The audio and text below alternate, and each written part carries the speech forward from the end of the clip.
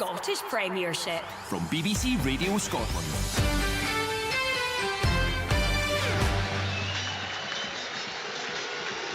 Welcome to Rugby Park as Kilmarnock play host to Rangers at the dawn of Barry Ferguson's time in charge of the Ibrox club.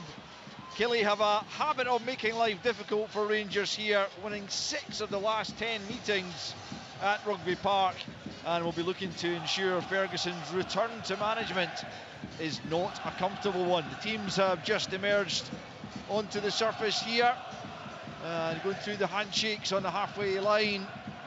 A good sized crowd, as you'd expect, inside Rugby Park for this one. A large travelling support, keen to see what their former hero can produce in terms of his managerial skills.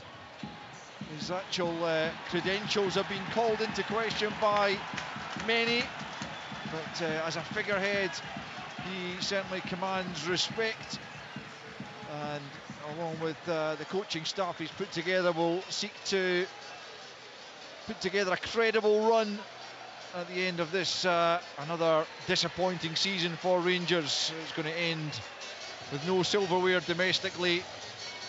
Europe their only hope of anything tangible whatsoever.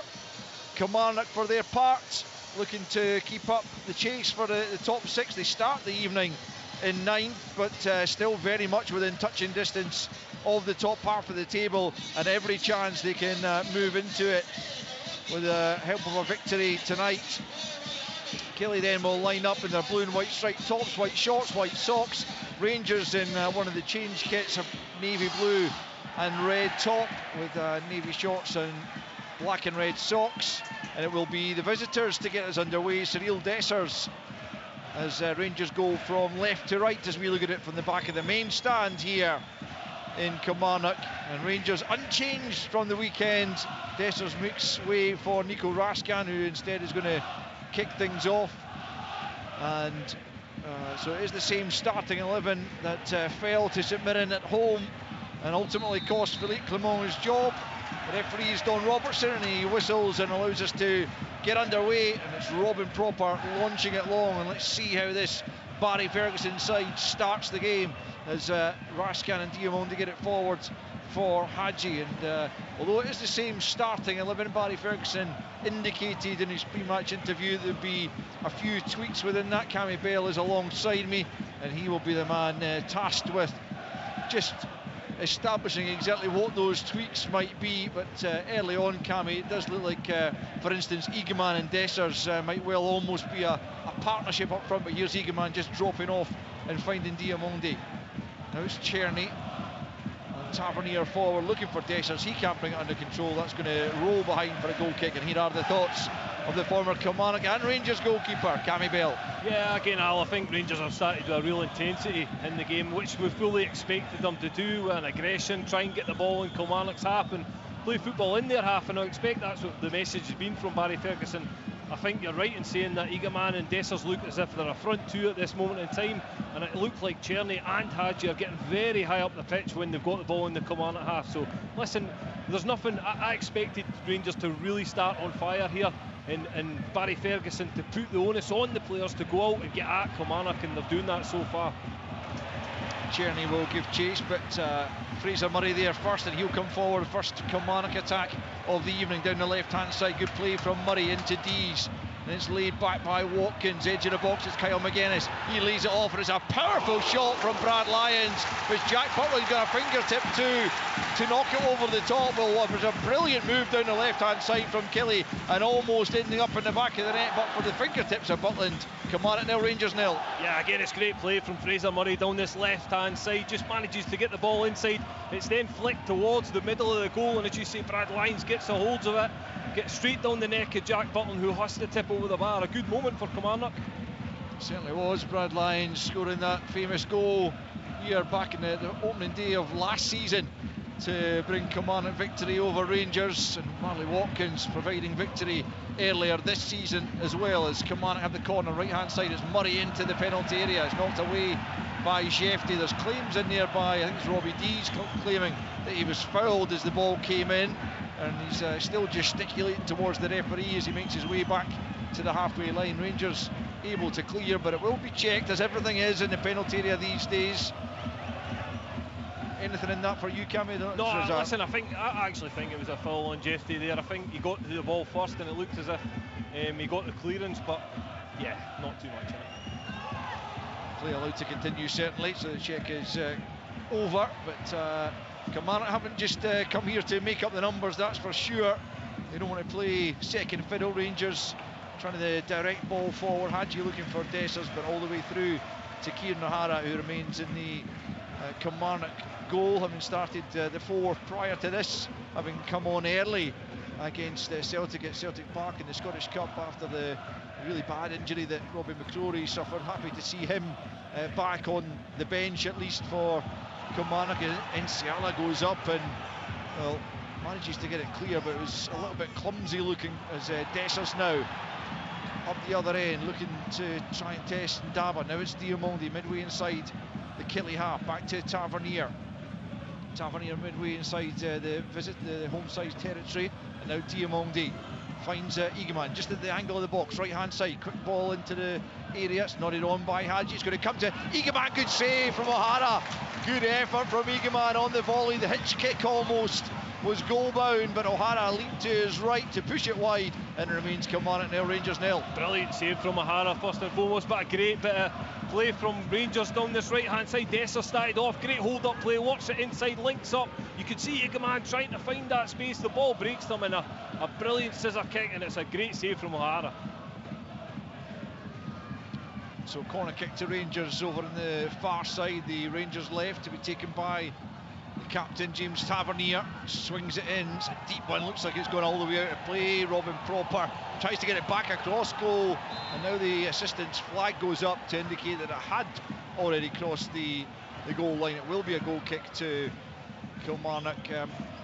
Just to remind you of the goals that have gone in the 7:45 kickoffs, it's Dundee United 1, Hibs 0 and Motherwell 1, Dundee 0 in those earlier kickoffs. Open All Mics is available to you, but we'll try and keep you abreast of the goals as they go in right here. If you'd rather listen to live commentary of Kilmarnock against Rangers in Barry Ferguson's first game in the Rangers dugout, up against another former Rangers man, Derek McInnes, and a man who's certainly been linked with that post as well. In the pass, an untidy challenge by Proper there. It's going to be a corner in the end rather than a foul, but Robin Proper often doesn't look altogether comfortable at the back in the league for Rangers, and yeah, again, that was a clumsy challenge that he made. It will just be, as I say, a corner kick, but that could also prove beneficial to Kilmarnock. It was Danny Armstrong who felt that challenge, Cammy. It certainly looked a clumsy challenge from here. Again, it looks as if Danny Armstrong nicked it, and then Cropper's came in and left one on him, so I was very surprised that the referee hadn't pulled that up for a free kick.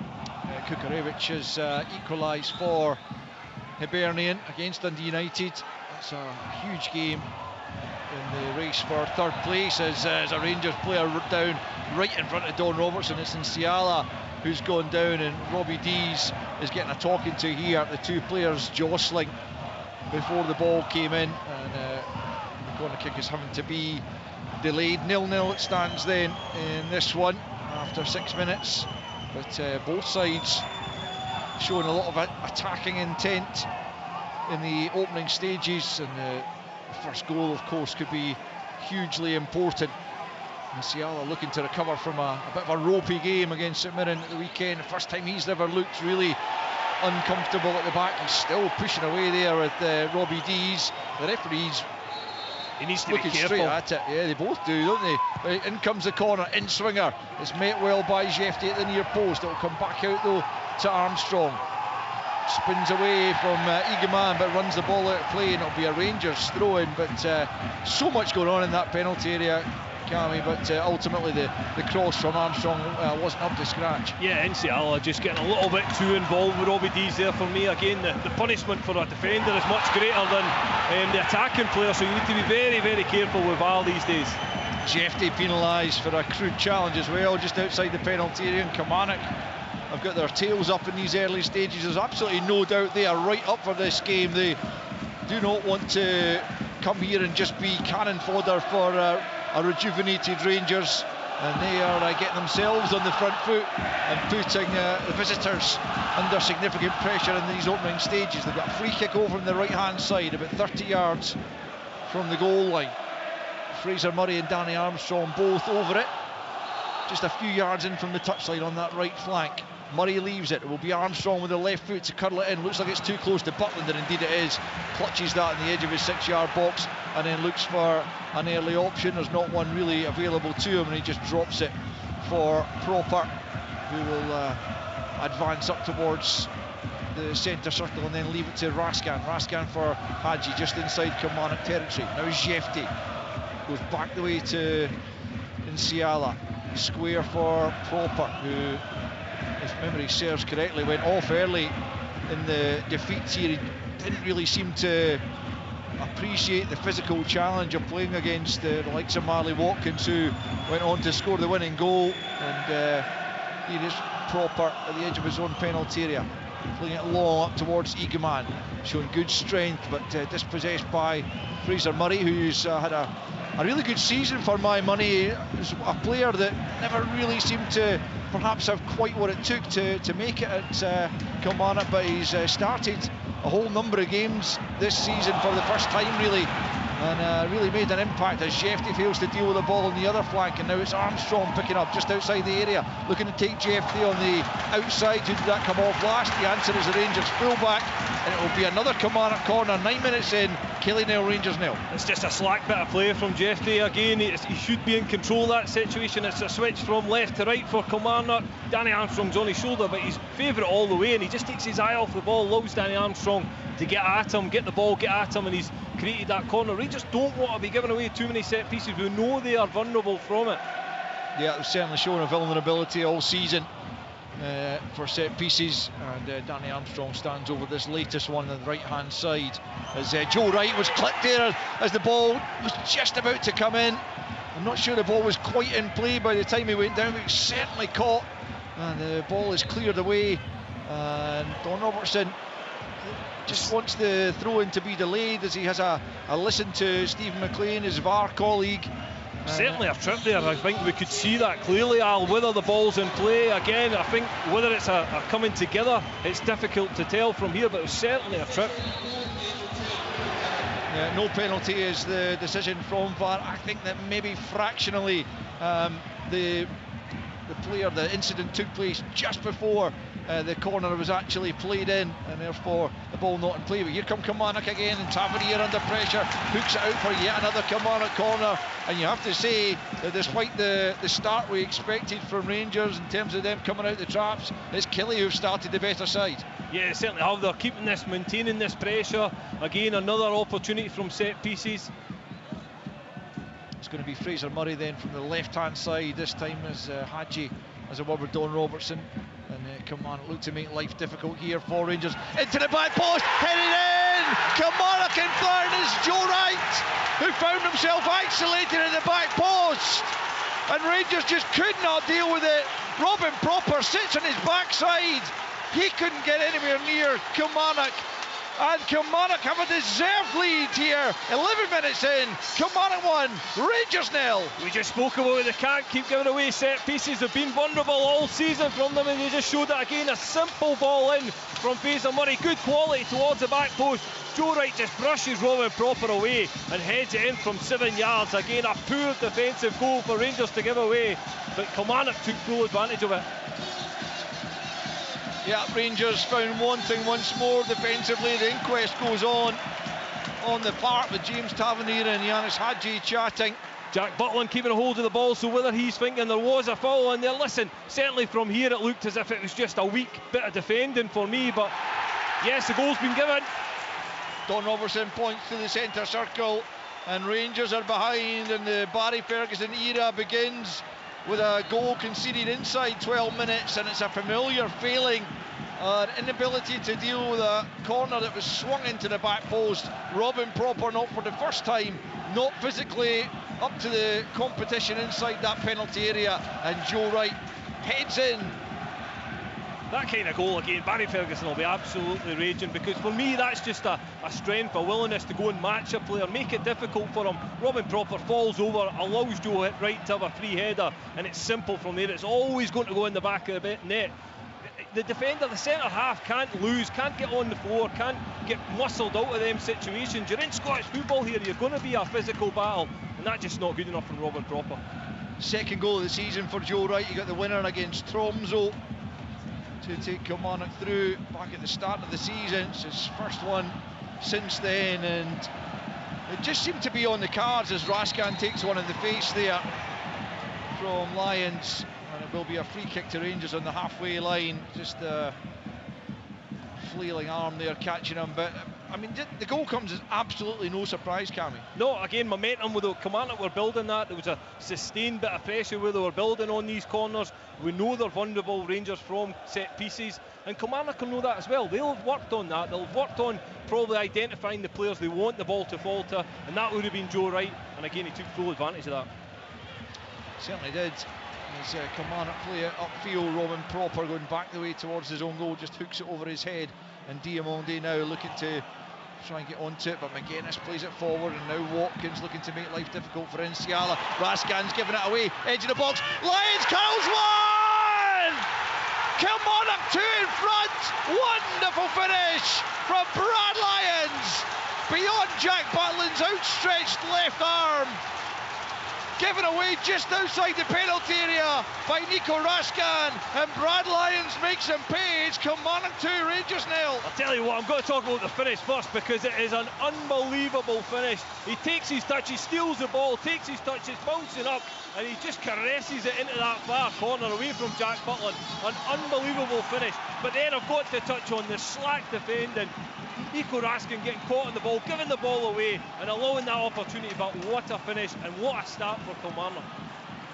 Well, less than quarter of an hour gone, and Rangers under Barry Ferguson find themselves 2 goals down, and you begin to question the wisdom of selecting the same side that was beaten by St Mirren at the weekend, because they are all at sea here at Rugby Park. There is a check going on in terms of the goal being awarded, but certainly didn't see anything wrong with it that would see it disallowed.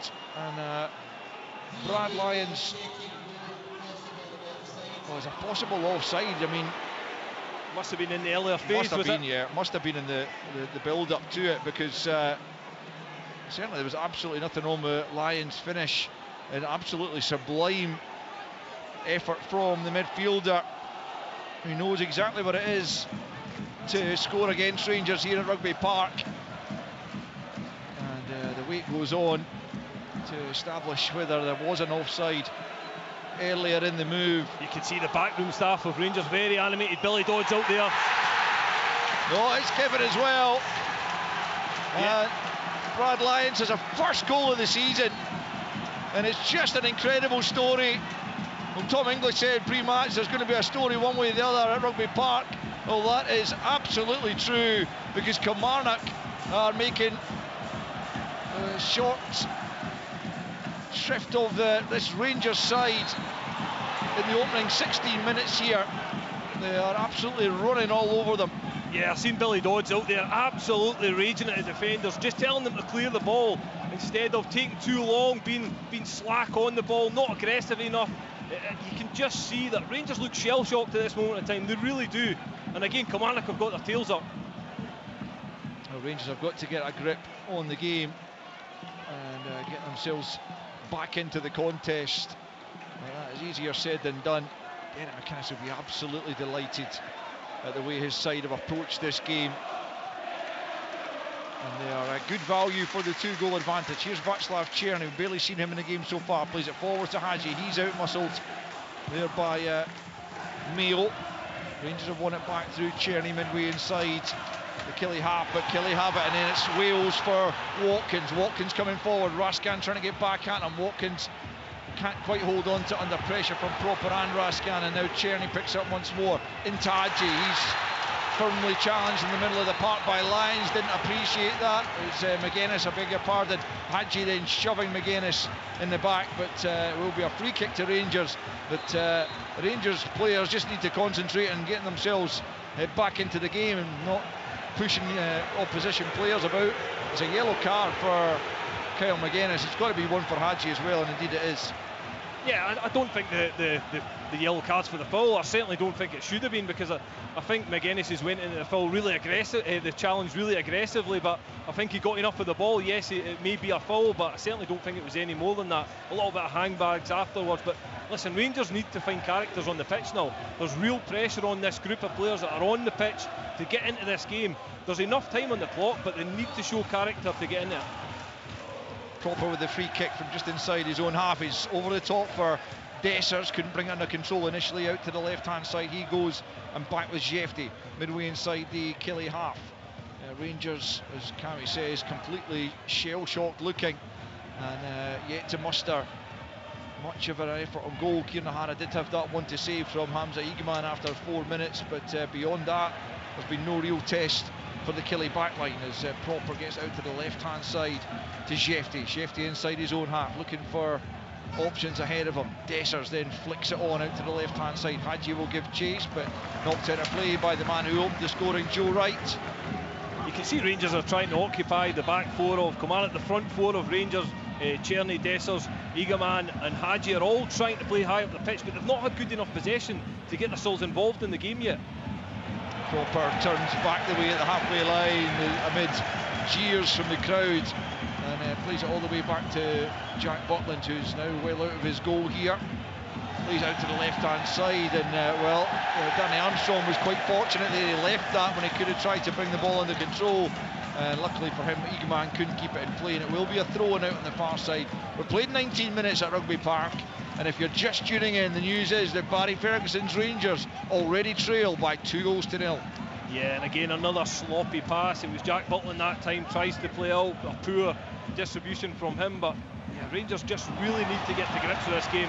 But here come Kilmarnock again. It's Bobby Wales at the bar. He cuts it back, and it should have been 3. Marley Watkins fluffing his lines as it was cut back to him, and eventually the ball goes out for a throw-in. Such was the misconnection he made, but that was another really good opportunity created by Wales, and Marley Watkins, who got the winner here back in October, should probably have made it 3, Cammy Bell. Yeah, it was a great run from Bobby Wales, playing on the shoulder. Insiala just gets in behind, all sorts of space in behind that Rangers defence, and a brilliant cutback because he picked out Marley Watkins, and he's probably just a little bit too much pace on the cutback. Watkins couldn't direct it to go, but what an opportunity to make it free.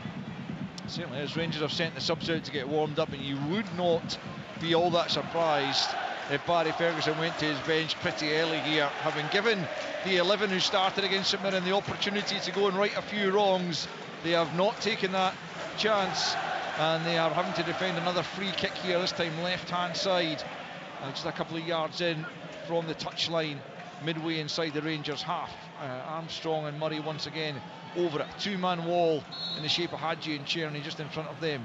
Again, Murray leaves it. It'll be the left foot of Armstrong. Again, it's too close to Jack Butland as Robin Proper once again gesticulates towards the referee, having been left on the deck. But the thing about Robin Proper is he's been pretty impressive in the run to the last 16 in Europe, as Cherny gets through one challenge into the penalty area now. Can he drag Rangers back into it? His shot's blocked, comes back to him, but he can't get the shot away second time around, and Killie emerge with possession, and Murray finds Armstrong. Proper now. What I was going to say about Proper, Cammy, is that he looks decent as a defender in Europe, but when you put him under pressure physically in the Scottish Premiership, he's been found wanting time and again. Yeah, I don't think he likes the physicality of the game, and again, when you're facing a Kilmarnock team, Marley Watkins is up front, you're in for a game, you've got guys who will run hard and pressure and push you about, and he just can't handle that side of the game. Again, there, just a little nudge on him and he ends up playing the ball at the pitch. He needs to be much stronger. Derek McInnes with a few keepy-uppies to delight the crowd even further, the home crowd that is at least, as Kilmarnock have a throw in right on the halfway line. 22 minutes gone, Kilmarnock leading by 2-0. as Dees throws it down the left. Watkins flicks it on, Tavernier forward. McGuinness gets up to Bobby Wales, who tries to turn but can't keep a hold of the ball, and Proper plays it back to Butland.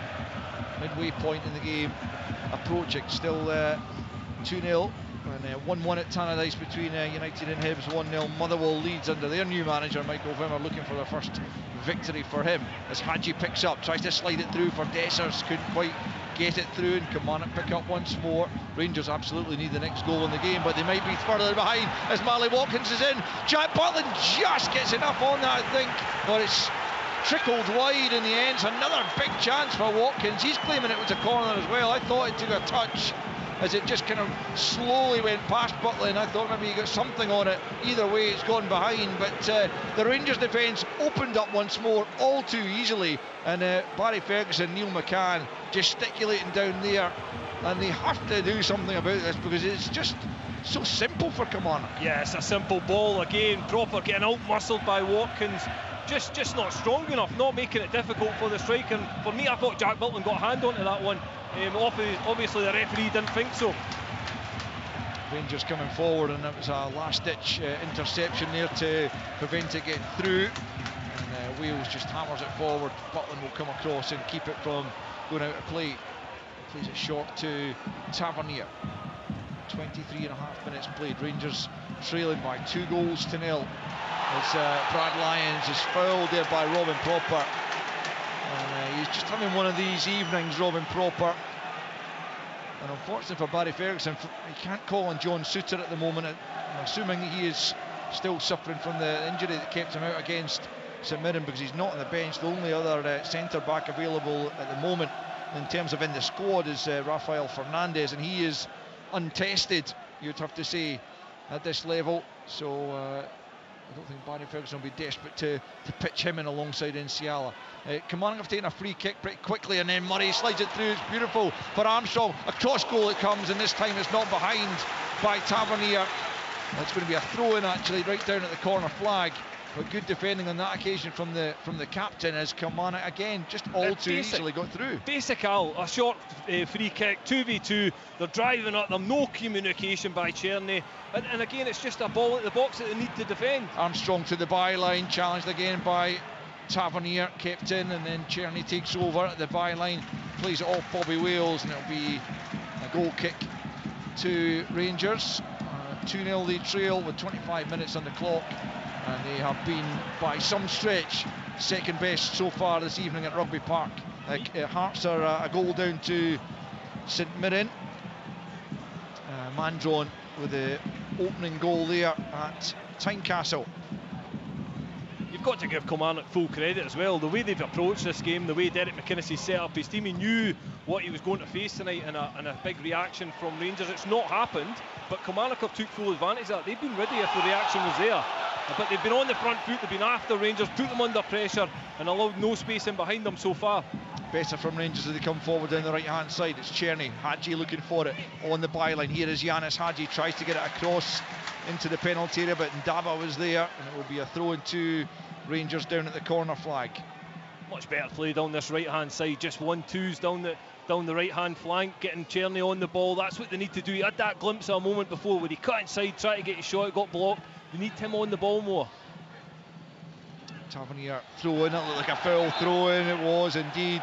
I think it's going right here for Rangers this evening, you would have to say. Tavernier making his explanations to the referee, but it was a clear foul throw-in, and Kilmarnock will have it instead. I think it's one of them ones he's caught in two minds. He's went to throw it, seen the movement and tried to stop his still, and yeah, it was a clear foul throw for me, but that just sums up Rangers' first half so far.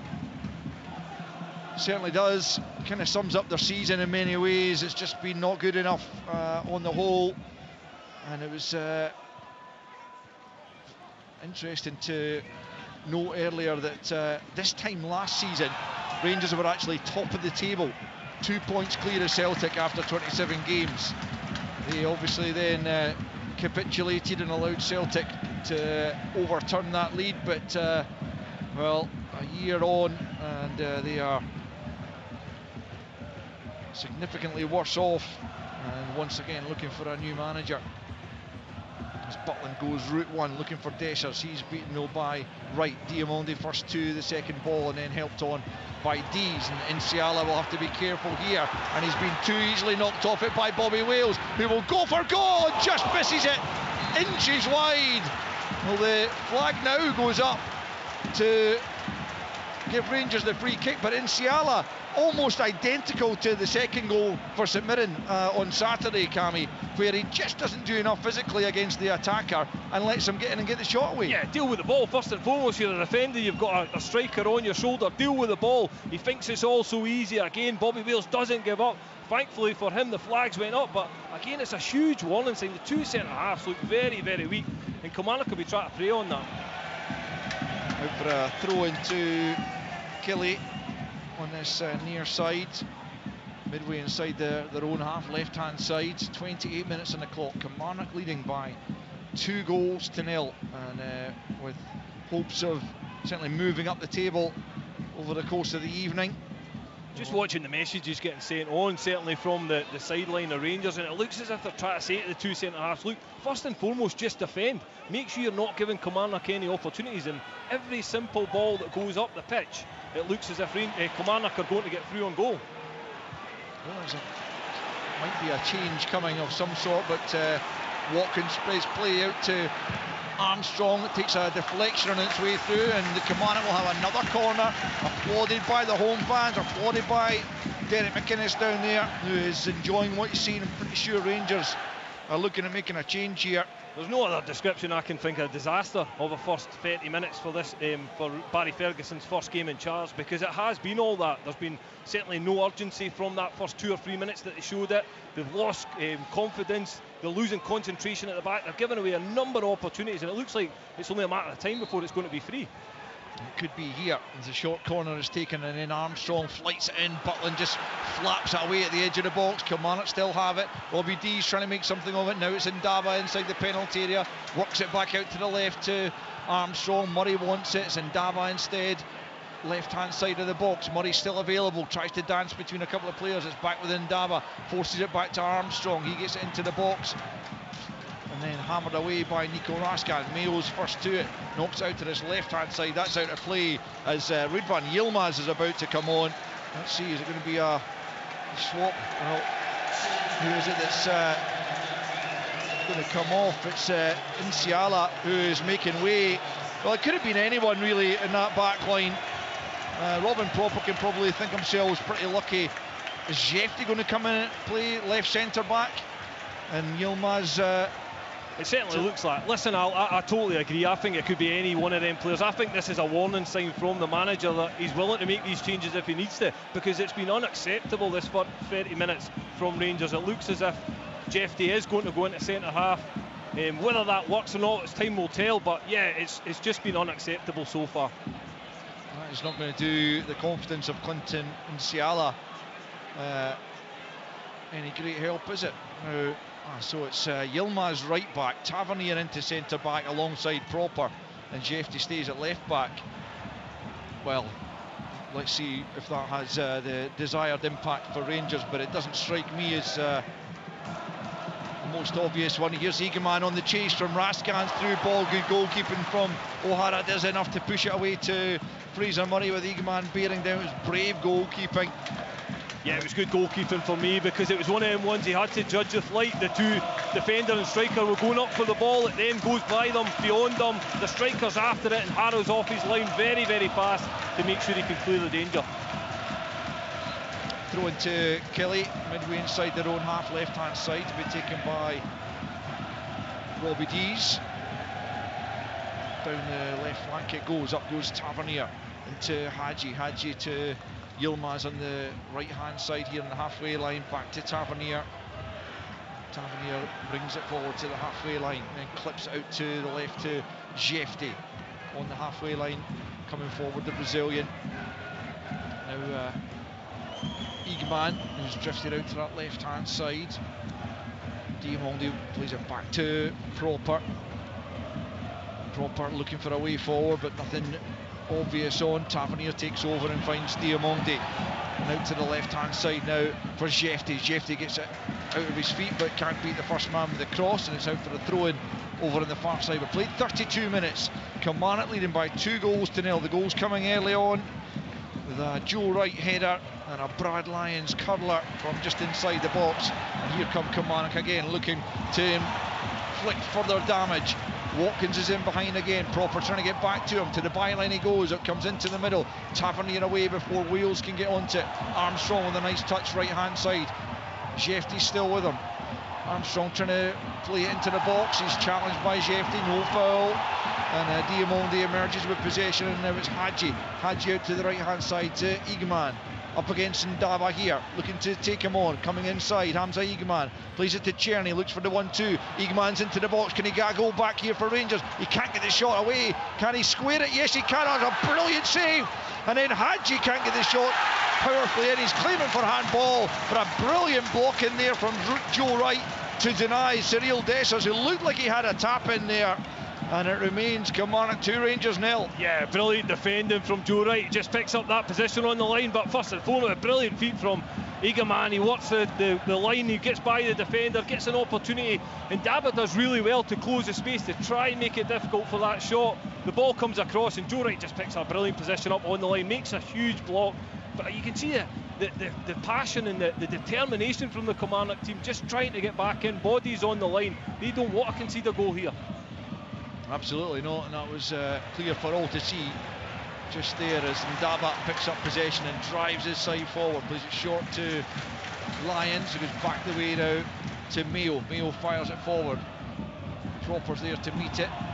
Shefty though loses out, and then Tavernier has to turn it back to Jack Butland. 12 minutes left in the opening period. Kilmarnock leading by 2-0 as Tavernier heads it to Czerny, and now back with Yilmaz playing in the right back position. The Turk plays it forward now for Igman. Igman on the halfway line, he's taken out by Joe Wright. Diamondi, a good ball through for Czerny. Czerny's in behind, can he finish? Václav Czerny is a goal back for Rangers. It's a wonderful ball from Diamondi to slice through the Kilmarnock defence. And Barry Ferguson's Rangers have the first goal of his tenure as all of a sudden things begin to click for them. It is Kilmarnock 2, Rangers 1. Yeah, brilliant bit of play from Rangers. The first real bit of quality that they've produced allowed Václav Czerny to get through on goal, and what a finish it was. He was so composed, but as you say, that ball from Diamondi, Don Robertson does ever so well just to play. He could have pulled the game up for a foul, but he plays on. Václav Czerny gets through on goal and a left-footed finish beyond O'Hara. There's a check for offside, which should be all that Rangers need right now. But it looked fine from our vantage point initially, but you just never know with these things. As you say, there was a good advantage played because Igman was completely taken out by, I think it was Joe Wright, more or less on the halfway line. But Diamondi picked up, played the pass through for Czerny, who slotted in what he hopes will be his 15th goal of the season. And goal stands. So Kilmarnock 2, Rangers 1 with 10 left in the opening period. And at last a lifeline, something for Rangers to build on here, Cammy. Yeah, much better play again, one-touch football and just finding them opportunities again. When the pass is there, play it, and it was played in. And listen, you've got to give Czerny all the credit because he had a long time to dribble it towards O'Hara and he finished it off brilliantly. 11 Premiership goals for Václav Czerny. He'd be in a much stickier position even without him and his goals over the course of this season. As Kilmarnock now look to try and restore that 2-goal advantage. Proper again, looking uncomfortable, but it's out for a goal kick this time at the back, and Rangers will have that goal kick. It's that ball in behind, Al, again, just playing on Robin Proper's shoulder, getting Marley Watkins had one 5 minutes ago, a simple ball over the top, just looks so uncomfortable running back towards his own goal with a Kilmarnock striker up against him. So I'm pretty sure Derek McInnes, the message will be just continuously play that ball. Dessers looking to get the better there of the Kilmarnock backline. He's penalised and then lobs the ball over the roof of the net anyway, but he's penalised for the initial challenge he made on Joe Wright. 8.5 minutes left of this second half, and what Kilmarnock need to ensure is that they hold a lead going in at the interval. Having been 2-0 up, they don't want to allow Rangers to get back on level terms before the break. As Barry Ferguson makes his way back into his technical area, Neil McCann and Billy Dodds down there giving instruction, and both doing the same signals down there to Cyril Dessers. Well, I think we know that they know a thing or two about this game, and they look like good additions to Barry Ferguson's coaching team, as Dessers fails to hold the ball up and link with a teammate. Kilmarnock find Armstrong over on the right hand side up against Jefty. Back the way he goes to Mayo, flicks it forward. Kilmarnock still attacking down the right hand side. It's a good challenge though by Rascan, and Kilmarnock claiming they should have had a free kick there, but didn't look like it, and Rascan brings Rangers forward once more. He's shoved to the ground, but play continues with Hadji in possession, and into Czerny just outside the penalty area. It's lashed away by Armstrong up towards the halfway line. Tavernier goes up there, he's challenged by Wales and he's fouled by Wales, and the referee gives Rangers a free kick. 7 minutes to go in this first period. Fascinating encounter so it's been so far, and it's Kilmarnock 2, Rangers 1. Yeah, I think Bobby Wales knows what he's doing there. It's a high looping ball. Tavernier gets up early for the header, and Bobby Wales just goes under it and sweep his legs away from him. Certainly a free kick for me. But again, Kilmarnock just need to get a little bit of composure. They look a little bit rushed at this moment in time. Diamondi then playing it short to Czerny, and then gets it back once more to the midfielder, and Rascan. Barry Ferguson looks away in dismay as Tavernier clips it forward, but O'Hara able to come off his line almost to the edge of his 18-yard box and clutch that one before Dessers or Eagleman can get anywhere near it. And Derek McInnes also right out at the edge of his technical area, along with Barry Ferguson in the opposite one, barking instructions onto his side. Both managers desperate to claim all 3 points here this evening, as Hadji plays it forward. Eagleman lets it run through his legs, as does Dessers. It's good play. Czerny, Eagleman's trying to hold his run. It's still Czerny. It's Dessers with the equaliser. O'Hara, brilliant save to deny the striker. Will look for all the world. Oh, there's an offside flag back at the start of the move, and it all just seems so needless in the end, because it was a terrific move in the end and a brilliant save by O'Hara, but none of it was going to count, because the offside was given almost in the halfway line by Don Robertson and his assistant in the end, and it remains Kilmarnock 2, Rangers 1. Yeah, but a brilliant move again. Two step overs, two dummies. Vladislav Czerny, I think he made the wrong option. I think he should have went to Eagleman on his left hand side, chose Dessers on his right. I felt as if the angle was away from Dessers, where Eagleman, it would have opened the goal up and it would have been an easy slot home. But yeah, listen, it's ended up for nothing because the flag went up. Yeah, I'm not sure which player it was adjudged to have been offside, but it certainly was a good move. As you say, the couple of step overs, and Rangers all of a sudden finding a bit more confidence, but they've got a long throw in here to deal with, I would imagine, because Danny Armstrong has collected the ball 15 yards from the corner flag, right hand side, with 5 minutes remaining in this first period. In fact, he's gone short, and it's into McGuinness, who'll play it to Ndaba. Ndaba midway inside the Rangers half, out to the left hand side to Murray on the angle of the box.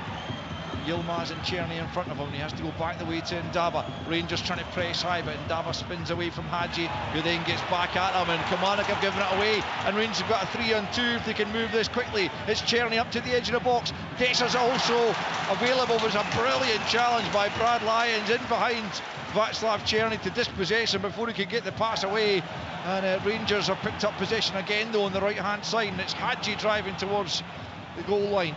It's now Yilmaz taking over, back inside, he goes to Hadji. Yilmaz once more, right hand side, midway inside Kilmarnock territory. Back it goes to Proper, just inside the centre circle. It's better stuff from Rangers just in the last 10 minutes or so. They've got a goal back, and they might well have had an equaliser, but here's Diamondi up to the edge of the box, left hand side, dances away from a couple of challenges, then he goes for goal, and it comes off the head of Joe Wright and over the top for a Rangers, I was going to say a Rangers corner, but I think it might have bounced out for a throw-in the end down near the corner flag, and it does remain Kilmarnock 2, Rangers 1 with 3.5 minutes left of the 45. Yeah, much better period for Rangers again. That was a brilliant challenge from Brad Lyons, made up all the ground because Czerny was just about to release the ball for one of the strikers to get a shot away, and Brad Lyons makes this diving challenge back in, but a much better period for Rangers. Has gone out for a corner actually to Rangers on the right hand side, to be taken by Tavernier as they look for a leveller before the interval, And what a change that would bring about, because they were second best for the opening half hour. Here's Tavernier to the edge of the penalty area, headed in by Jefty, high in the air as Hadji goes for it, then clatters to the ground under the challenge there, and is looking for a penalty. Don Robertson certainly not interested as the ball's cleared up to the halfway line, and Hadji's still prone on the deck inside the Kilmarnock penalty area. Plays continue, Rangers in possession. Don Robertson has another look at him. Rangers have got the ball, and Diamondi is wondering whether he should just put the ball out and allow treatment to Hadji, who's still down. And still Rangers play on. Don Robertson's not for blowing, as Hadji does pick himself back up and now trots back into an onside position. Here's Proper now, left hand side into the feet of Igman, left hand side as he attacks down that flank. Up to Dessers, tries to get it back to him, but it's poor from Dessers, can't link with a teammate, and it's all the way up to Marley Watkins now, but he's lost it. And here's Jefty, left hand side for Rangers, looking for an equaliser. Into the box it comes, almost all the way through to Cyril Dessers at the back post, and then Hadji couldn't get onto it as Kilmarnock make heavy weather of getting it clear, and they've given it away to Nico Raskan. Raskan at the edge of the box, back into the area, poor pass from him though, and Kilmarnock clear again, up to Bobby Wales. Closely marked by Proper, but he's done well to hold on to possession, and then gets it back to Armstrong, who'll fire it forward and finds Wales once more. In steps Tavernier, who just hacks it forward up towards Igman. He can't get anything on it as Joe Wright heads down. Just about 90 seconds left of the opening 45. Very frantic now, isn't it? The ball's turning over for both teams. Rangers are obviously trying to get that equaliser before half time. Kilmarnock look a little bit worried defensively now. Here's Yilmaz just inside his own half. You'd have to say that it's unorthodox as the change that came about for Rangers in terms of Yilmaz coming on for Nsiala. Certainly more or less since that point it has been when the change happened and Rangers began to play that bit better in the game, as the ball's played up towards Dessers, left hand side. Joe Wright sticking close to him, he gets it back to Hadji, and now Diamondi in the halfway line into Raskan forward for Dessers, tries to slip it through for Czerny now at the edge of the box, finds Igman looking to get a shot away here. He's up against Ndaba, shots blocked by Dees, comes back to Czerny just outside the penalty area into the feet of Dessers, who spins, can't get the shot away. Brilliant challenge from Joe Wright, and then the flag goes up for offside inside the Killie penalty area. And in the final seconds of the first half, it's Kilmarnock 2, Rangers 1. Yeah, again, great defending from Kilmarnock. Joe Wright especially sticking with his striker. Everyone knows that Dessers is an absolute handful up there trying to get turned, making them challenges in the box that are really difficult. But again, it's just that final bit of quality for Rangers. Are looking for that final moment. 4 minutes added on at the end of this first period, which we are into now, as Kieran O'Hara prepares to take the free kick from just outside the penalty area, Kilmarnock penalty area. Killie leading by 2-1. They led 2-0, the Rangers pegging them back, reducing the deficit as Marley Watkins wins the header. Murray dispossessed by Yilmaz. Forward it goes only as far as Lyons, and then Murray gets it down to Bobby Wales. Wales trying to come forward down the left hand side. Yilmaz has won it back. The ball's gone out of play though, and it will be a Kilmarnock throw in. Left hand side more or less in line with the penalty area, and Killie with an opportunity perhaps to restore the 2-goal advantage that they had originally built up. Murray just leaves this one to Armstrong, trots all the way across, and we'll then again think about another long throw in here. Danny Armstrong out of contract in the summer. It'll be interesting to see where he's going to end up next season. It'll be a big loss if he leaves Killie. Anyway, here comes the long throw in from the left hand side into the near post area. Rangers have managed to get it clear, but there was a foul in there. Raskan hitting the ground, and Rangers have the free kick just inside the 6-yard box to be taken by Jack Butland. 2-1 Rangers trail here, looking a bit more settled now though, having got a goal back, and they will hope that in the second period they can turn it completely around as Tavernier plays it forward, looking for Igman to chase that. He slips there I think, and it's a foul by Hamza Igman, and a free kick to Kilmarnock down near their own corner flag. I think it was a slip rather than an attempted slide challenge, which should have been potentially punishable by a yellow card, but McGuinness looks to be okay as he went back towards his own goal. It'll be a Kilmarnock free kick. A couple of minutes of injury time yet to play, and then we'll be handing you back to the guys on Open All Mics, who'll bring you up to date with the scores elsewhere in the Premiership tonight, and I wonder if any of the other games have matched this one for excitement. But you can see it all tonight on Sports Scene. Tune in for highlights of all the games, all 5 of tonight's Premiership matches.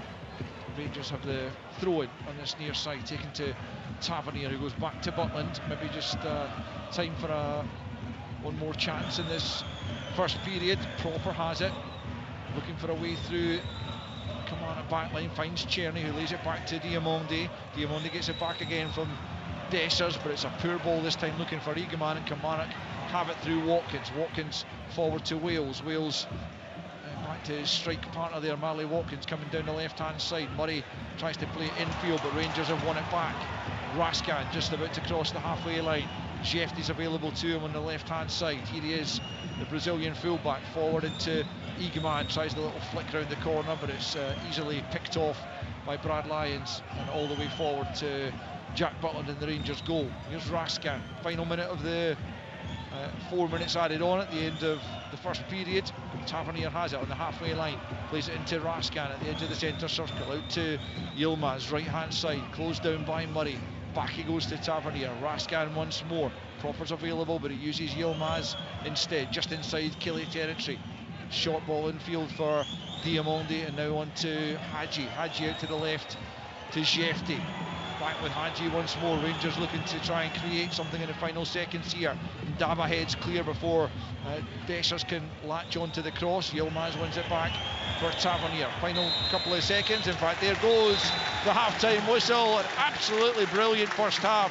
Started superbly by the home side, who were having none of this Barry Ferguson Rangers nonsense. They were all about Kilmarnock in the opening period. Brad Lyons set the tone when a couple of minutes in he drove the ball goalwards, and it was tipped over by Jack Butland. Egeman at the other end and a volley well saved before Kilmarnock got the breakthrough. Well deserved as it was. A Fraser Murray corner headed into the back post by Joe Wright. Rangers all at sea defensively, unable to cope with the physicality of Kilmarnock, and they fell behind. And 3 minutes later it was 2-0. Rascan gave it away needlessly at the edge of his own penalty area. Brad Lyons picked up and curled it beyond Jack Butland for another fabulous goal against Rangers here at Rugby Park. That was 2-0, and Kilmarnock were good value for that, and might have added further goals as Wales linked with Watkins, who had a good chance but couldn't hit the target, and Watkins had a further chance that Jack Butland might have got a fingertip to. Eventually trickled just wide. On the half hour, Rangers began to creep back into it. They made a change when Yilmaz came on to replace the rather beleaguered looking Nsiala, and that perhaps was pivotal to the turn in fortunes. Dessers had a tap-in almost blocked on the line by Joe Wright as Rangers threatened a goal back, and a couple of minutes later they did get a goal back as Diamonde fed Thomas Czerny through the middle, and Czerny kept his cool to slot it past Kieran O'Hara to make it 2-1. That's how it stands at half-time. Much more to come, you would imagine, in the second period as Barry Ferguson goes into the changing room for his first half-time team talk. It'll be interesting to know exactly what he's saying in there. His team were second best in the opening half hour, came back into it, and it is game on for the second period.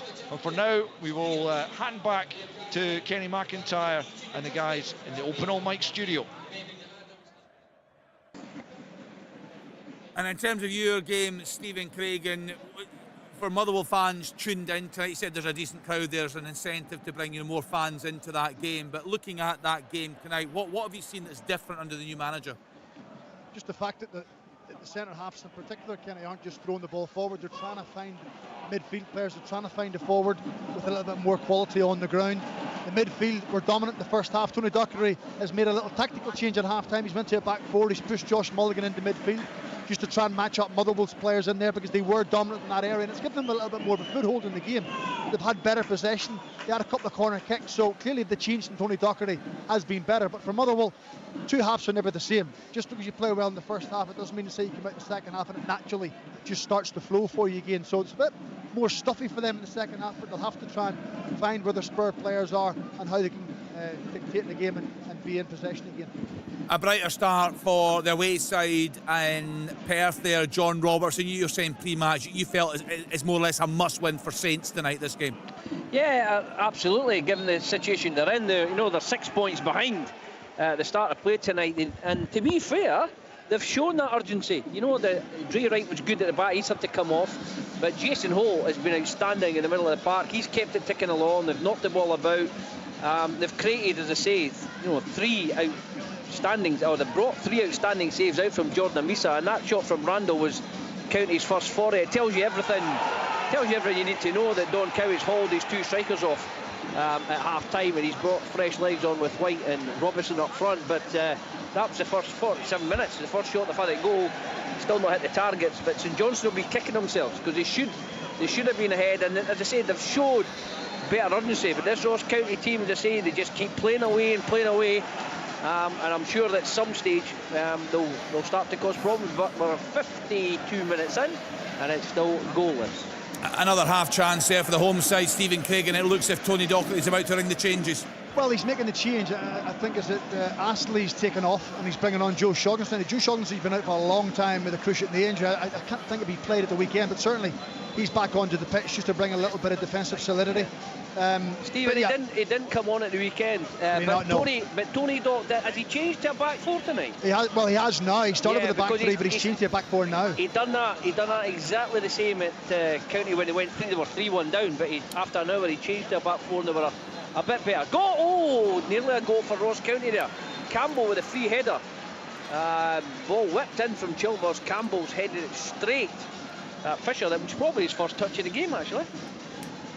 Yeah, that was a decent chance there. It's been 8 minutes this season, Joe Shockness. That's all. 8th of February, 8 minutes against Airdrie in the Cup. Wow. Yeah, and he's a big bonus for them, because you talk about players who are aggressive in both boxes. The one thing Joe Shaughnessy wants to do is head the ball. Sometimes defenders are good in one box defensively, but when they go up to the attacking box they tend not to go for it. But he's very good in both boxes, so that's something Tony Docherty will need in this game, if not moving forward. You'd wonder, Craigs, if he was there all season, would that defensive record look as ropey as it does? Yeah, but possibly, Tom. Tony was probably limited with options a little bit, because Portales is out tonight as well, isn't he? So that's another blow for them, another player missing in that area of the pitch. So yeah, they've got work to do, but there's no point in looking back at the goals they've conceded. They just have to make sure they're better from here on in. Any chances, Steve McGinn, early stages, second half up there at Tannadice? No, a couple of half chances. Dundee United players are very upset, believe it or not, with whether Martin Boyle ran the ball over the touchline or not after the weekend. It was pretty funny up here in the gantry. Sam Dalby has just had a half chance for Hibs, but really good for Dundee United, but good cover from Iredale. But yeah, really stuffy start. That being the highlight, that moment. What did anyone make of that incident at Easter Road where the ball was it in, was it out? Is anyone concerned with the process that was involved there? Kenny, I just think that the assistant on the side has got the best view in the ground. Right. And I think Brendan's got a point. I still think it looked out, but I certainly think he's got a point that the camera angle is from 18 yards. So it's not clear and obvious, it's not factual either. So I don't know why he's got involved when the assistant who's got the best view in the house said it's in. But it looked out to me. Yeah, I've certainly not seen anything that was definitive, Tom. Well, I've seen, and I suspect some people out there in Twitter land can play around with these angles. But I've seen one that's definitively in, and I've seen another that's definitively out. So I think there was one at Newcastle. There was one at Newcastle last year, and I think Gary Neville actually showed it where it looked like the ball was out, but that's obviously right. hovering over the top of the line. It's still in. Decent opportunity for Motherwell again, Kenny. It's taken them probably 10 minutes to get the grips with Dundee's shape, but Dom Thompson down the left-hand side fizzed the ball across, and Tom Sparrow, the opposite wing-back, came in, had the header, didn't put it on target, but it's a little flurry up the pitch. But Dundee have definitely been better. I know Robbo said they changed their 4 up at Dingwall at the weekend, and they were better. They've changed at half-time, therefore, and they've certainly been better in the second half so far. The first booking of the night, Boyd months it is for a heavy challenge on Shanklin. Thankfully, Shanklin's back up. First yellow card. Alan, what's been missing from this Hearts performance tonight? Nunoff's not played a lot of football. Cartoon, this is his starting debut. They're not really at it at the moment. They can't really get on the ball. They're certainly miss the energy of Devlin, who's still out with concussion, unfortunately. And Spittle, for me, with Penrice, always has a really good partnership down this left-hand side. That's gone because it's Nunoff that's there, and he doesn't give the same. You know, he's a good player, Nunoff, but he just doesn't give the same as Spittle as going forward with a threat. So I think that it won't be too long before they start to make the changes here. Yeah, so far so good for St Mirren through in the capital there. Mandron with that goal. A bit fortunate, but it was a really nice finish from the big striker. That goal coming after 37 minutes. We had some early goal action at Tannadice. Ross Graham on 6 minutes deflected. Kukarevich equalised on 18. Motherwell a bullet header from Dan Casey on 12 minutes. Dreadful defending again from Dundee. St Johnstone nil, Ross County nil. Saints certainly the better opportunities in the first half. Ross County a couple of half chances in the second period, and we're at half time. 8 o'clock kick-off down at Rugby Park. Kilmarnock leading Rangers by 2-1. Joe Wright on 11 minutes, Brad Lyons on 14. At that point they were going forward at will. They had so many opportunities, had Kilmarnock. Barry Ferguson made a change. Rangers back in at Vaclav Cherny on 35 minutes. Just wonder, Tom, what it would take for Rangers to try and secure him, and this investment that we're expecting to come in the summer, if that potential. Dundee, Kenny, Dundee are appealing for a handball. All right. I think it's Andy Halliday. Scott Tiffany skips inside from the left-hand side. A chance. Cross into the box. It looks as if it possibly hit Andy Halliday's arm, but is it outstretched? Is it out with the natural width of the body? I'm not so sure, but the Dundee players were adamant. So Lloyd Wilson, the referee, has held play up. He will now be speaking to VAR to see if there is a check, and there is a check going on for it. It's a real chance for St Mirren there. It's a lovely corner in. I think it's Taylor with the header, middle of the 6-yard box, just flicks it wide. Almost 2-0 to St Mirren. Yeah, that was a great chance, Alan. Yeah, it was Taylor who up well there, just put it wide. So we're still waiting. We've not had a replay, have we? Just seen it there, Kenny. Gordon saved it. Chance again. Another hit. I thought he was offside. I really did. I thought he was offside. A chance. Double chance for St Mirren there. He's gone a begging. I think with the initial view just at the handball, it didn't look to me like it was an outstretched arm.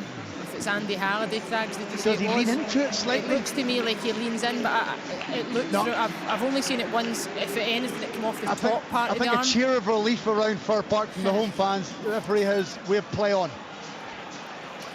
Right, no penalty. Yeah, this could be a huge 3 points for the new Motherwell manager, Michael Vimmer, just his second game in charge there. Let's get back to Tannadice. We thought we could be in for a goal fest early doors up there, Stephen, but fairly cagey since then. Yeah, it's both sets of players maybe taking that extra touch and see a pass forward and maybe going with the safer option. It does feel like a real significant game, but with both teams hoping to be in the top 6 and still to play each other, I don't blame the players maybe for taking that. There's a chance for Hearts. Wilson! That's a mistake in the back post.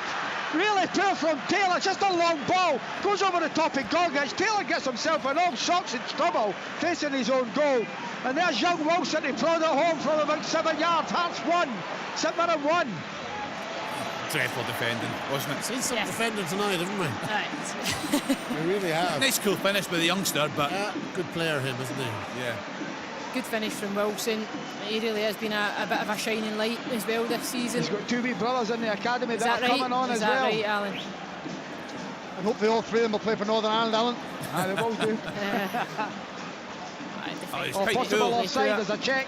All right. Check. It was a nice finish. He took it down his knee, Leanne, and just tucked the ball away, so we'll get a replay. Yeah, I think it. Very cool finish. Yeah. The goalkeeper It's in an offside position, but for me, he doesn't challenge for the ball. Wilson looked to me to be onside also when you deliberately defend. He's onside as well. They say that Kamangu's off. You're right, he doesn't take part in the play. No, he doesn't take part. I mean, he turns it in terms of face the ball, but for me, he's not impacting or impeding the 1-1. Yeah, there you are, one apiece through. Off the defending, but you know, there's a lot of composure there, a lot of coolness. He's anticipated it well though, you know, because it should have been a simple clearance, but he's on the front foot, he's followed it in really well. Cool touch and finish, brings his side level. Yeah, a big goal through there at Tynecastle. Any sign of a breakthrough at McDermott Park, John Robertson?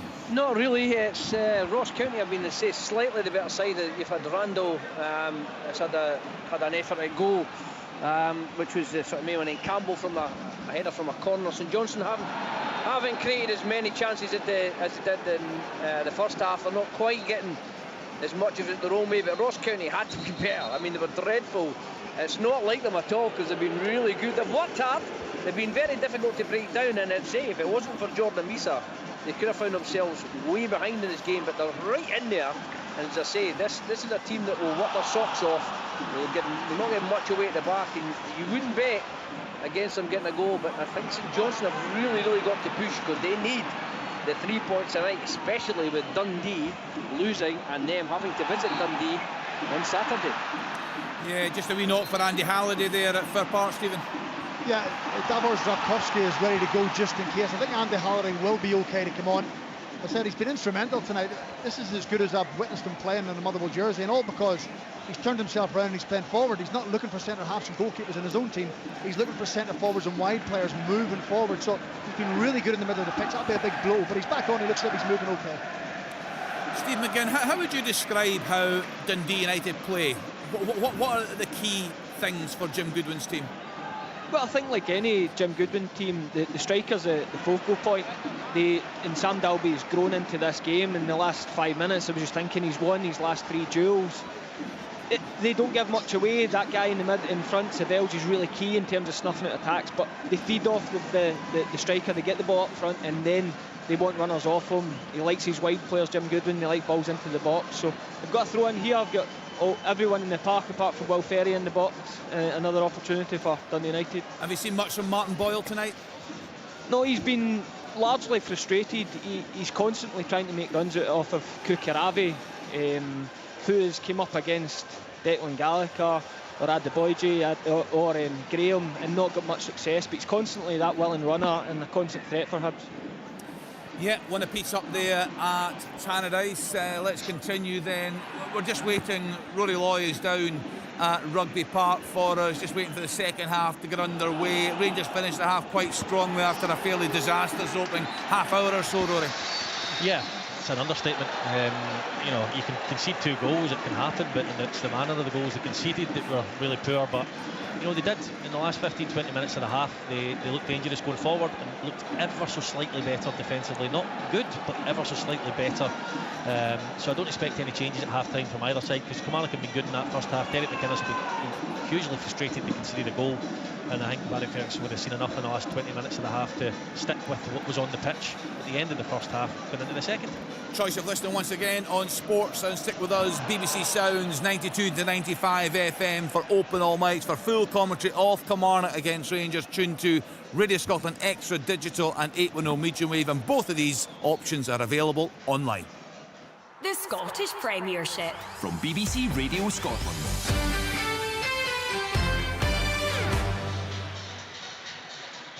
Welcome back to Rugby Park, where Kilmarnock are already out for the second half and Rangers just joining them just now. And as Rory was saying there, I don't think there's any further changes, that is, for either side. Kilmarnock still with the same 11 that started the game, and if you remember, Ridvan Yilmaz came on in the first period for Clinton and Ciala, with James Tavernier moving to right centre back, Ridvan Yilmaz playing right back, and Robin Proper moving just to left centre back. But really, he could have replaced anyone at that stage, Barry Ferguson, but so poor was the Rangers' performance. But seems to have done the trick to some extent, at least. They have tightened up somewhat. Let's see what the second half brings then. It's Kilmarnock going from left to right for the second period, about to kick us off. Bobby Wales waiting the signal from Don Robertson as the ball's played out to the right hand side, met by Jefty, knocked out of play, and it will be a throw into Kilmarnock. What do you imagine the respective managers would have been telling their teams at half-time, Cammy? Listen, I think Derek McInnes will be fairly happy with large parts of that first half, certainly the way they started the first 30 minutes of the game. So they're looking for more of that. He'll be disappointed with the goal that they lost, because that gave Rangers a little bit of a lift and an edge into the game. But he'll be making them aware, look, Rangers are a real threat at the top end of the pitch, so we need to keep posing a threat at the top end of our pitch. And listen, for Barry Ferguson, I think there was a number of issues which he tried to rectify during the first half by making a change and letting the players know that it wasn't good enough. I think, listen, defensively they need to be much stronger, need to be switched on from set pieces, they need to move the ball fast, and you could see him in the first half demanding the ball goes forward. None of these sideward passes, backward passes. Play the ball forward, you've got real threats at the top end of the pitch, so I think he would try to get them guys on the ball as much as possible. Brad Lyons heads it forwards, on by Wales. And then Joe Wright tries to get up to the edge of the penalty. The offside flag has gone up against one of the Kilmarnock attackers, and it will be a free kick to Rangers at the edge of their own penalty area, to be taken by Robin Proper. He just plays it square to his captain James Tavernier. Into the midfield now for Diamondi, who provided that pass for Czerny to get the goal that brought Rangers back into it. Here's Yilmaz coming forward down the right hand side. He's lost out to Fraser Murray, and Murray feeds it forward into the feet of Wales. He's likewise lost it, but and McGuinness picks up and puts it over the top, and Fraser Murray on the left hand side of the penalty area now as Kilmarnock look to restore their 2-goal advantage. It's Murray, and it comes back. There's a claim for a handball in there. Rangers defence not particularly dealing with the danger all that well. Play continues certainly with no penalty given for the moment at least, with Kilmarnock still causing issues at the edge of the box here. It's Joe Wright up in an advanced position trying to spin away from Jeffrey, but he's lofted out, and now it's the Brazilian coming forward on the counter for Rangers. Czerny wants it right hand side if Jeffrey can find him. He has found him. It's Václav Czerny up towards the edge of the penalty area, looks to find the run of Hadji. It's cleared only as far as Czerny once more into the box. He goes and he tries the shot on the right foot, blazes it well off target, behind for a goal kick. 47.5 played. Kilmarnock 2, Rangers 1. Yeah, good break. It's been a good start to the half again, end to end. Kilmarnock up there at that end with a chance, snuffed out. Danny Armstrong just couldn't get the quality in. He was looking for a handball, and then Rangers break up the pitch. Jeffrey fast up the pitch and gets the ball out to Czerny on the far side. Gets 2 bites at the cherry, but blasts it over. It's a goal kick then, just to bring you up to date with a couple of other goals that have gone in the last few minutes. Sam Dalby has scored to put Dundee United ahead of Hibs. 2-1 they lead now.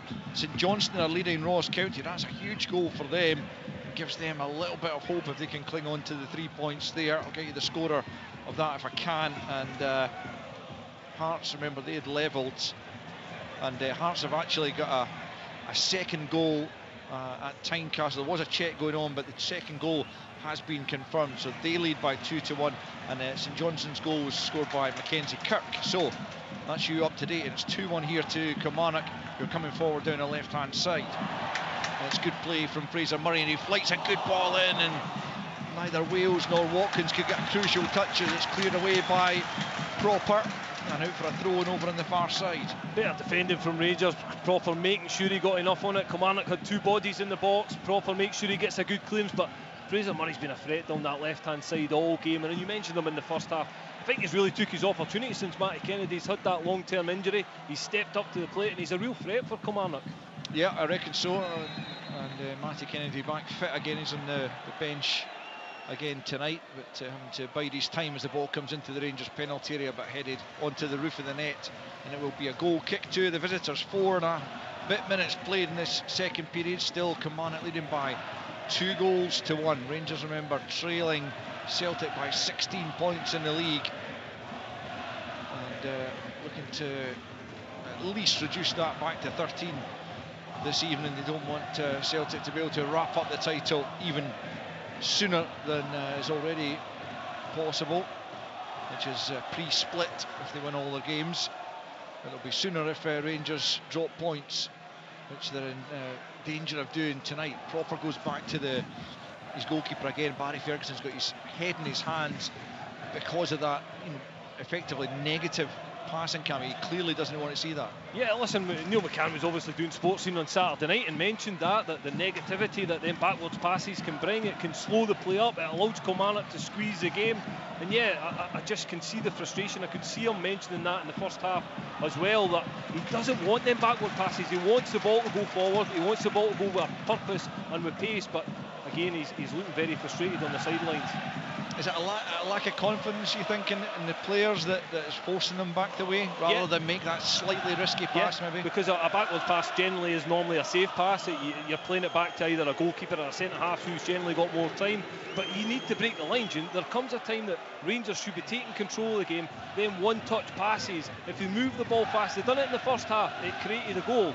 They need to do more of that and they'll get success. Here's Diamonde midway inside his own half. He's going back the way, but finds Jefty to the left-hand side, who now comes forward and then tries to switch play out to Czerny, but he's played it behind Czerny and out for a throw-in over on the far side to Kilmarnock, right on the halfway line.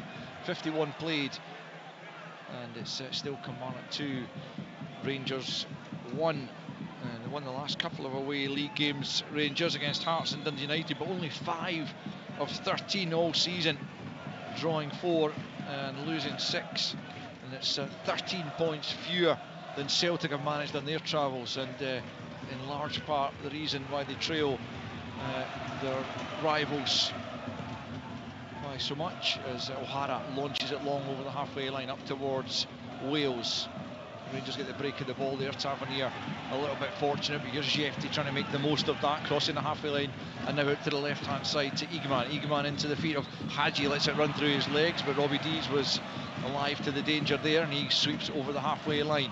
Proper nods it down, and Igman again shows good skill but can't find the pass to Dessers, and then there's a slip there for Kilmarnock at the back, and it's Hadji allowed in at the edge of the penalty. He goes for goal, but he drags his shot. He claims it was a touch, but it didn't look like it to me. Oh, the referee's changed his mind. I think it was the assistant who maybe changed it for him. I didn't see a touch, I have to say, but Hadji was absolutely adamant, and it will be a Rangers corner. Yeah, it's difficult from here. I think it was Lewis Mayo lost his feet twice and allows Hadji in. Kilmarnock just back off, inviting that pressure, inviting that shot from Hadji, and they get away with it. Certainly couldn't clearly see a touch, but the referees gave the corner. That Sam Dalby goal was chopped off in the end, actually. It's still 1-1 United Hibs as Tavernier takes his corner. Left-hand side, the header comes in, it's an equaliser! It's Cyril Dessers, who stoops inside the 6-yard box to head under Kieran O'Hara. It's almost a carbon copy of the opener this evening, but this time it's Kilmarnock who couldn't deal with the ball into the box from the left-hand side. And from 2 goals down, Rangers are level. It's Kilmarnock 2, Rangers 2. Yeah, what a start for Rangers in this second half. It's a simple ball in, as you say, Al. Carbon copy of Kilmarnock's goal. Ball into the middle of the box. Dessers finds he's still all alone. Heads it low towards O'Hara and goes squirting through his body in the back of net. He's absolutely delighted. He's delighted. Should Kieran O'Hara do better there, do you think? Listen, yeah, I think he'll be disappointed it's went through his body, but he's only sort of 6 yards out. Again, what I would be looking at is Kilmarnock's defending. There was no one around Cyril Dessers. He stoops down to get the header on target, so it's far too easy for him. A 19th goal of the season for Cyril Dessers, a 9th in the Premiership, as we await for the goal to be confirmed. I didn't see anything in there that would indicate that it should be chopped off, and so it does appear as if Rangers will be level, having been 2 goals down inside quarter of an hour. They have responded, the goal stands, and it's 2 apiece, and it is all to play for as Barry Ferguson comes to the edge of his technical area and waves for the Rangers fans to get right behind the side, as Robin Proper has to nod behind for a Killie corner. Yeah, it's been a brilliant start to this second half. As you said, the first half was electric. The second half's been the exact same end to end. Rangers have got that goal, which you think would give them belief, but Kilmarnock straight up the pitch and they've got a corner. Cross comes Fraser Murray to the right hand side to take this one. Right footed it will be as Killie line up a few bodies at the edge of the penalty area waiting to make their move.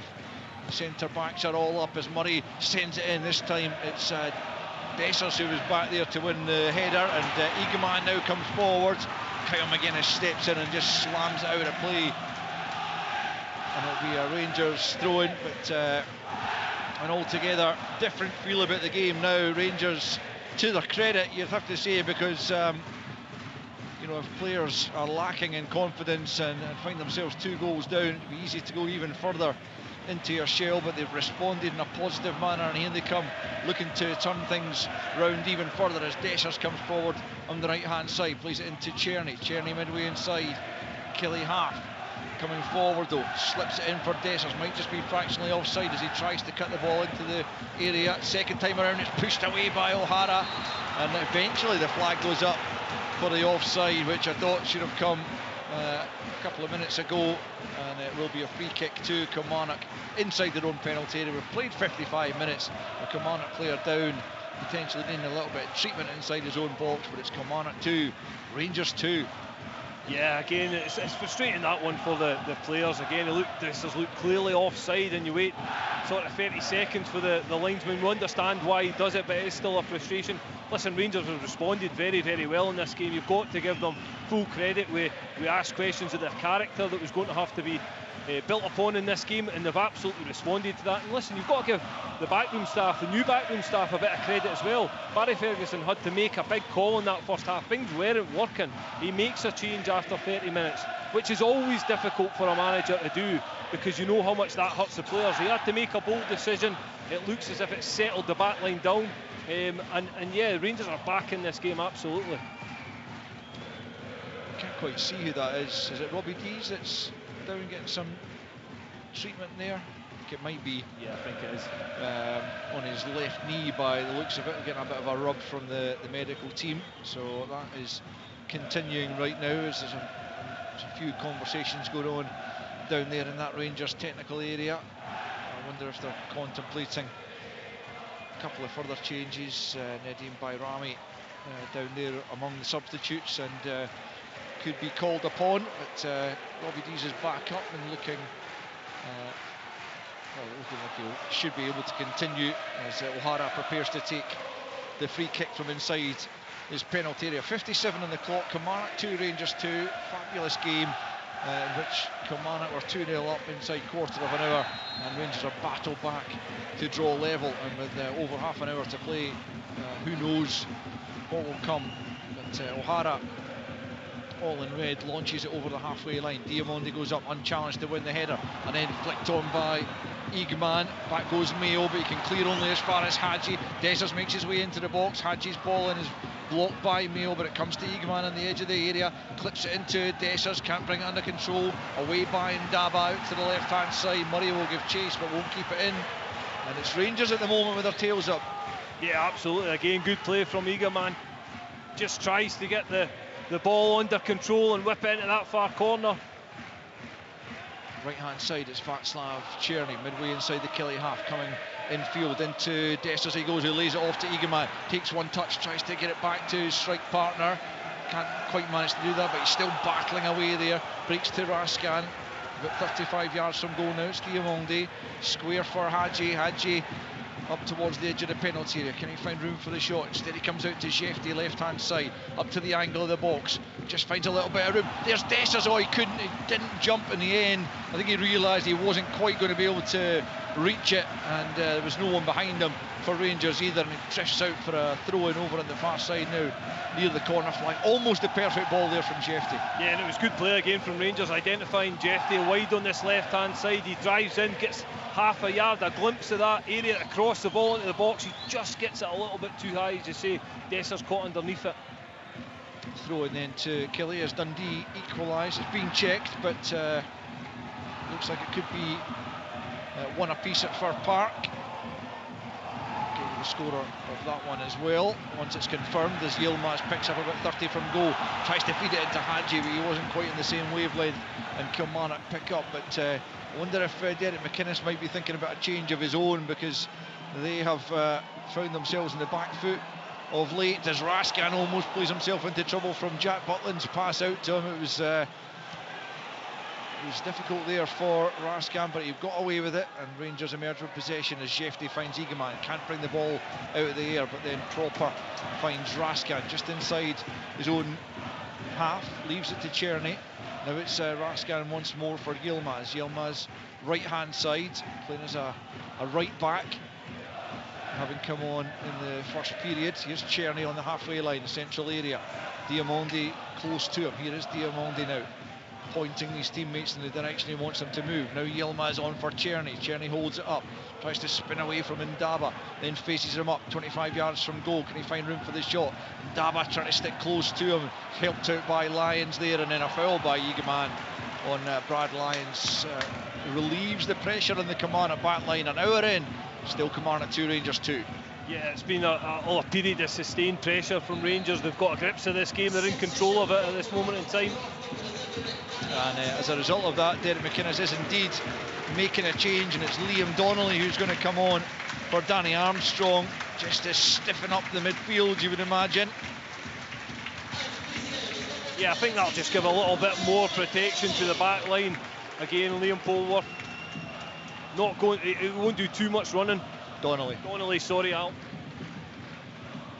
But yeah, he's just a guy who's just going to sit in the midfield, isn't he? He's almost an enforcer. Yeah, an enforcer in that midfield. But what I have seen from Rangers, certainly in the second half, and I think it'll be the message from the coaching side, is there's a lot of movement at the top end of the pitch. The guys aren't very static. They're moving about. They're always creating options for the ball to go forward. Proper clears from inside his own penalty area. Mayo wins it above Egeman there. Comes back to Proper, tries to hammer it forward, plays it straight against Kilmarnock player, and was quite fortunate that Tavernier was then able to head it back to Jack Butland. It was a little bit rash from Proper there, who has looked a bit steadier, you would have to say, since Tavernier moved in alongside him. Here's Yilmaz then, right hand side, 61 on the clock. It's a good ball for Dessers. Dessers could be in here. Oh, he is! He scores! And Rangers from 2 down find themselves 3-2 up. It's a fabulous finish from Cyril Dessers. The ball over the top is a wonderful one, and Cyril Dessers still had a bit to do, but he volleys past Kieran O'Hara to make it Kilmarnock 2, Rangers 3. It's a brilliant ball from Rudvan Yilmaz, yes.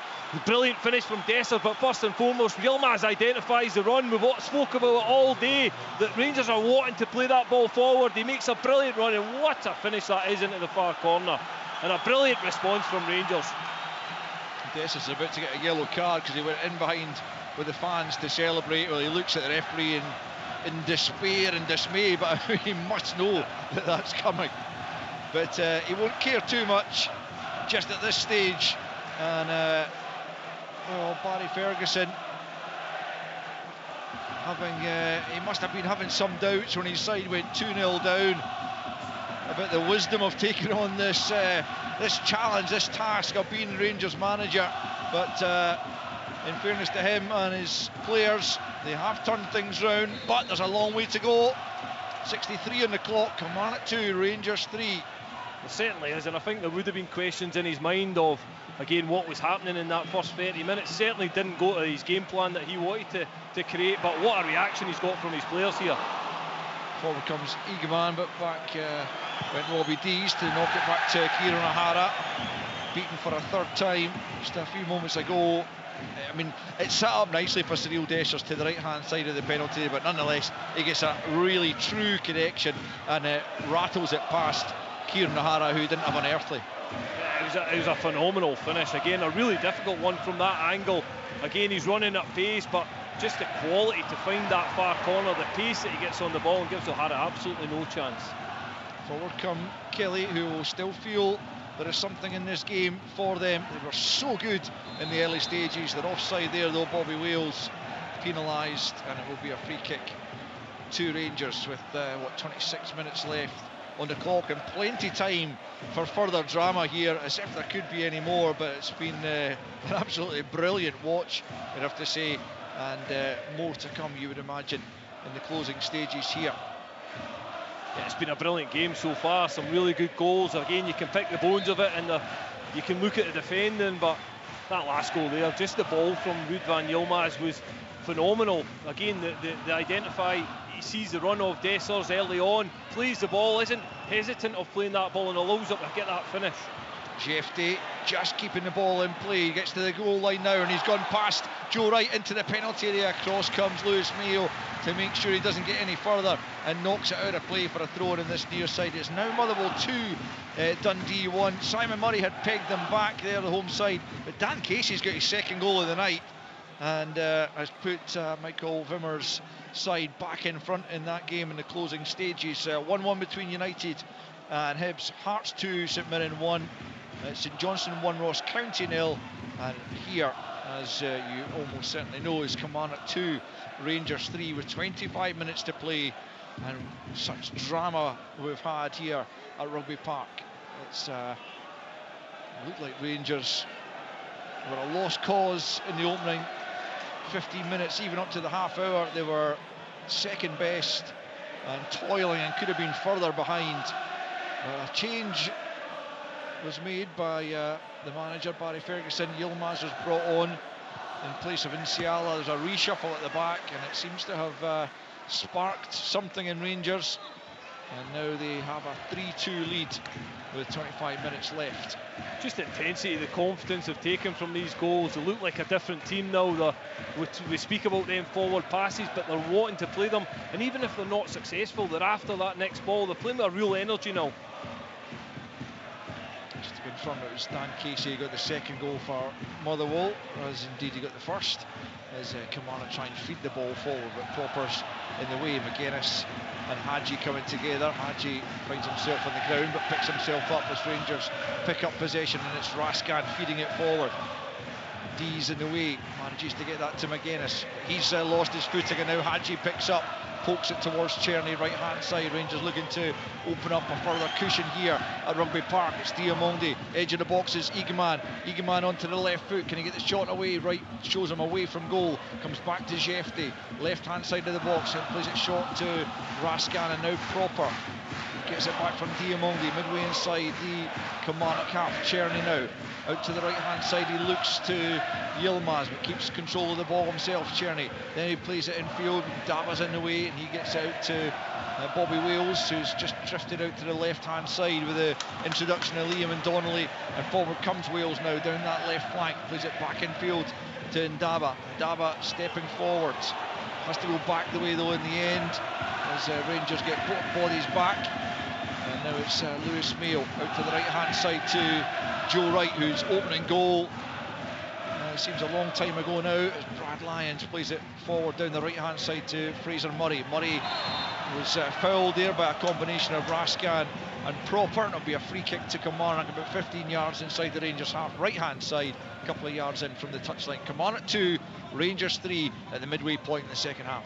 Yeah, a bit better from Kilmarnock, just keeping the ball for a period there. It started with Bobby Wales down the left hand side, ended up working it over at the right, and Fraser Murray does really well because he's not got many options, buys the foul, which will allow Kilmarnock to put the ball into the box here, deliver a set piece and try and put Rangers under pressure.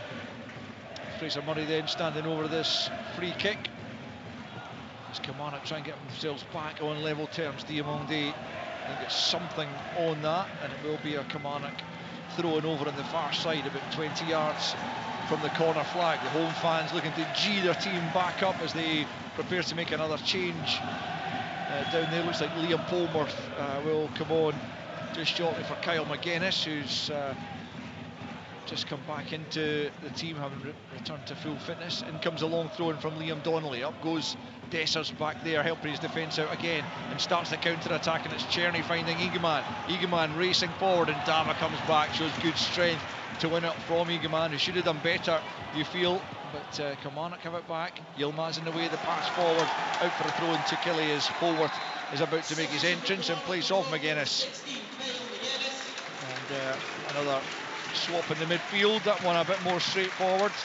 Yeah, I think he's just run his race. He looked a little bit tired when he overstretched for a ball about 5 minutes ago. I think that was a signal for Derek McInnes to get him off the pitch.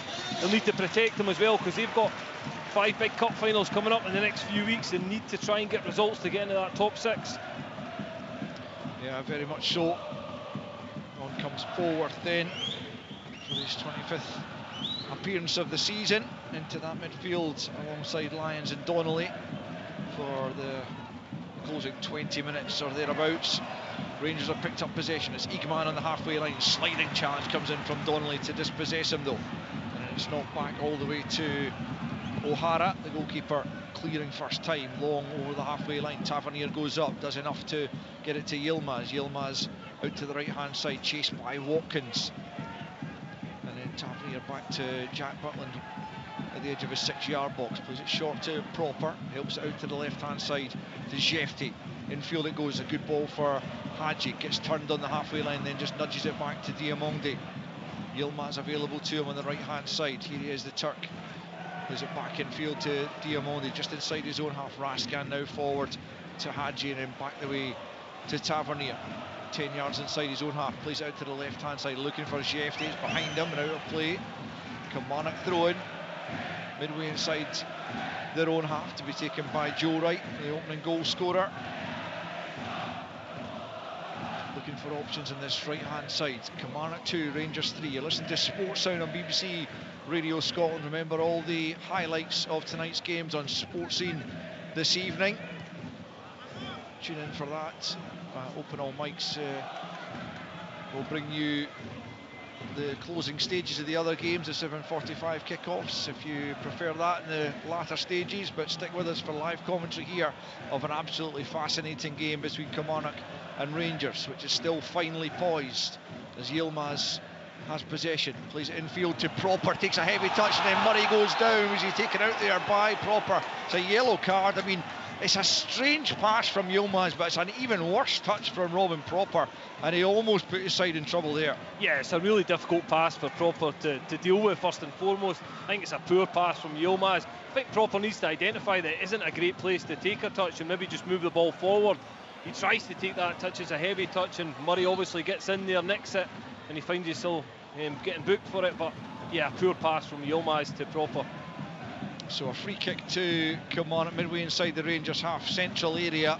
Just wonder if Murray might have been able to stay on his feet there, and it would have put him in a really good position. It wasn't an obvious goal scoring opportunity, but it wasn't far off one as it's hoisted in. It's a poor free kick though from Polworth. He gets a second bite at it, and Daba flicks it on. Donnelly's in there, he hits the deck just inside the penalty area. Czerny's going down off the ball as well as Dees picks up and tries to play it out to the right hand side. Hadji in the way, knocks it out for a throw-in to be taken on this near side by Brad Lyons eventually, when he takes it off Fraser Murray. Here he is once more, Lyons tries to get it to Murray.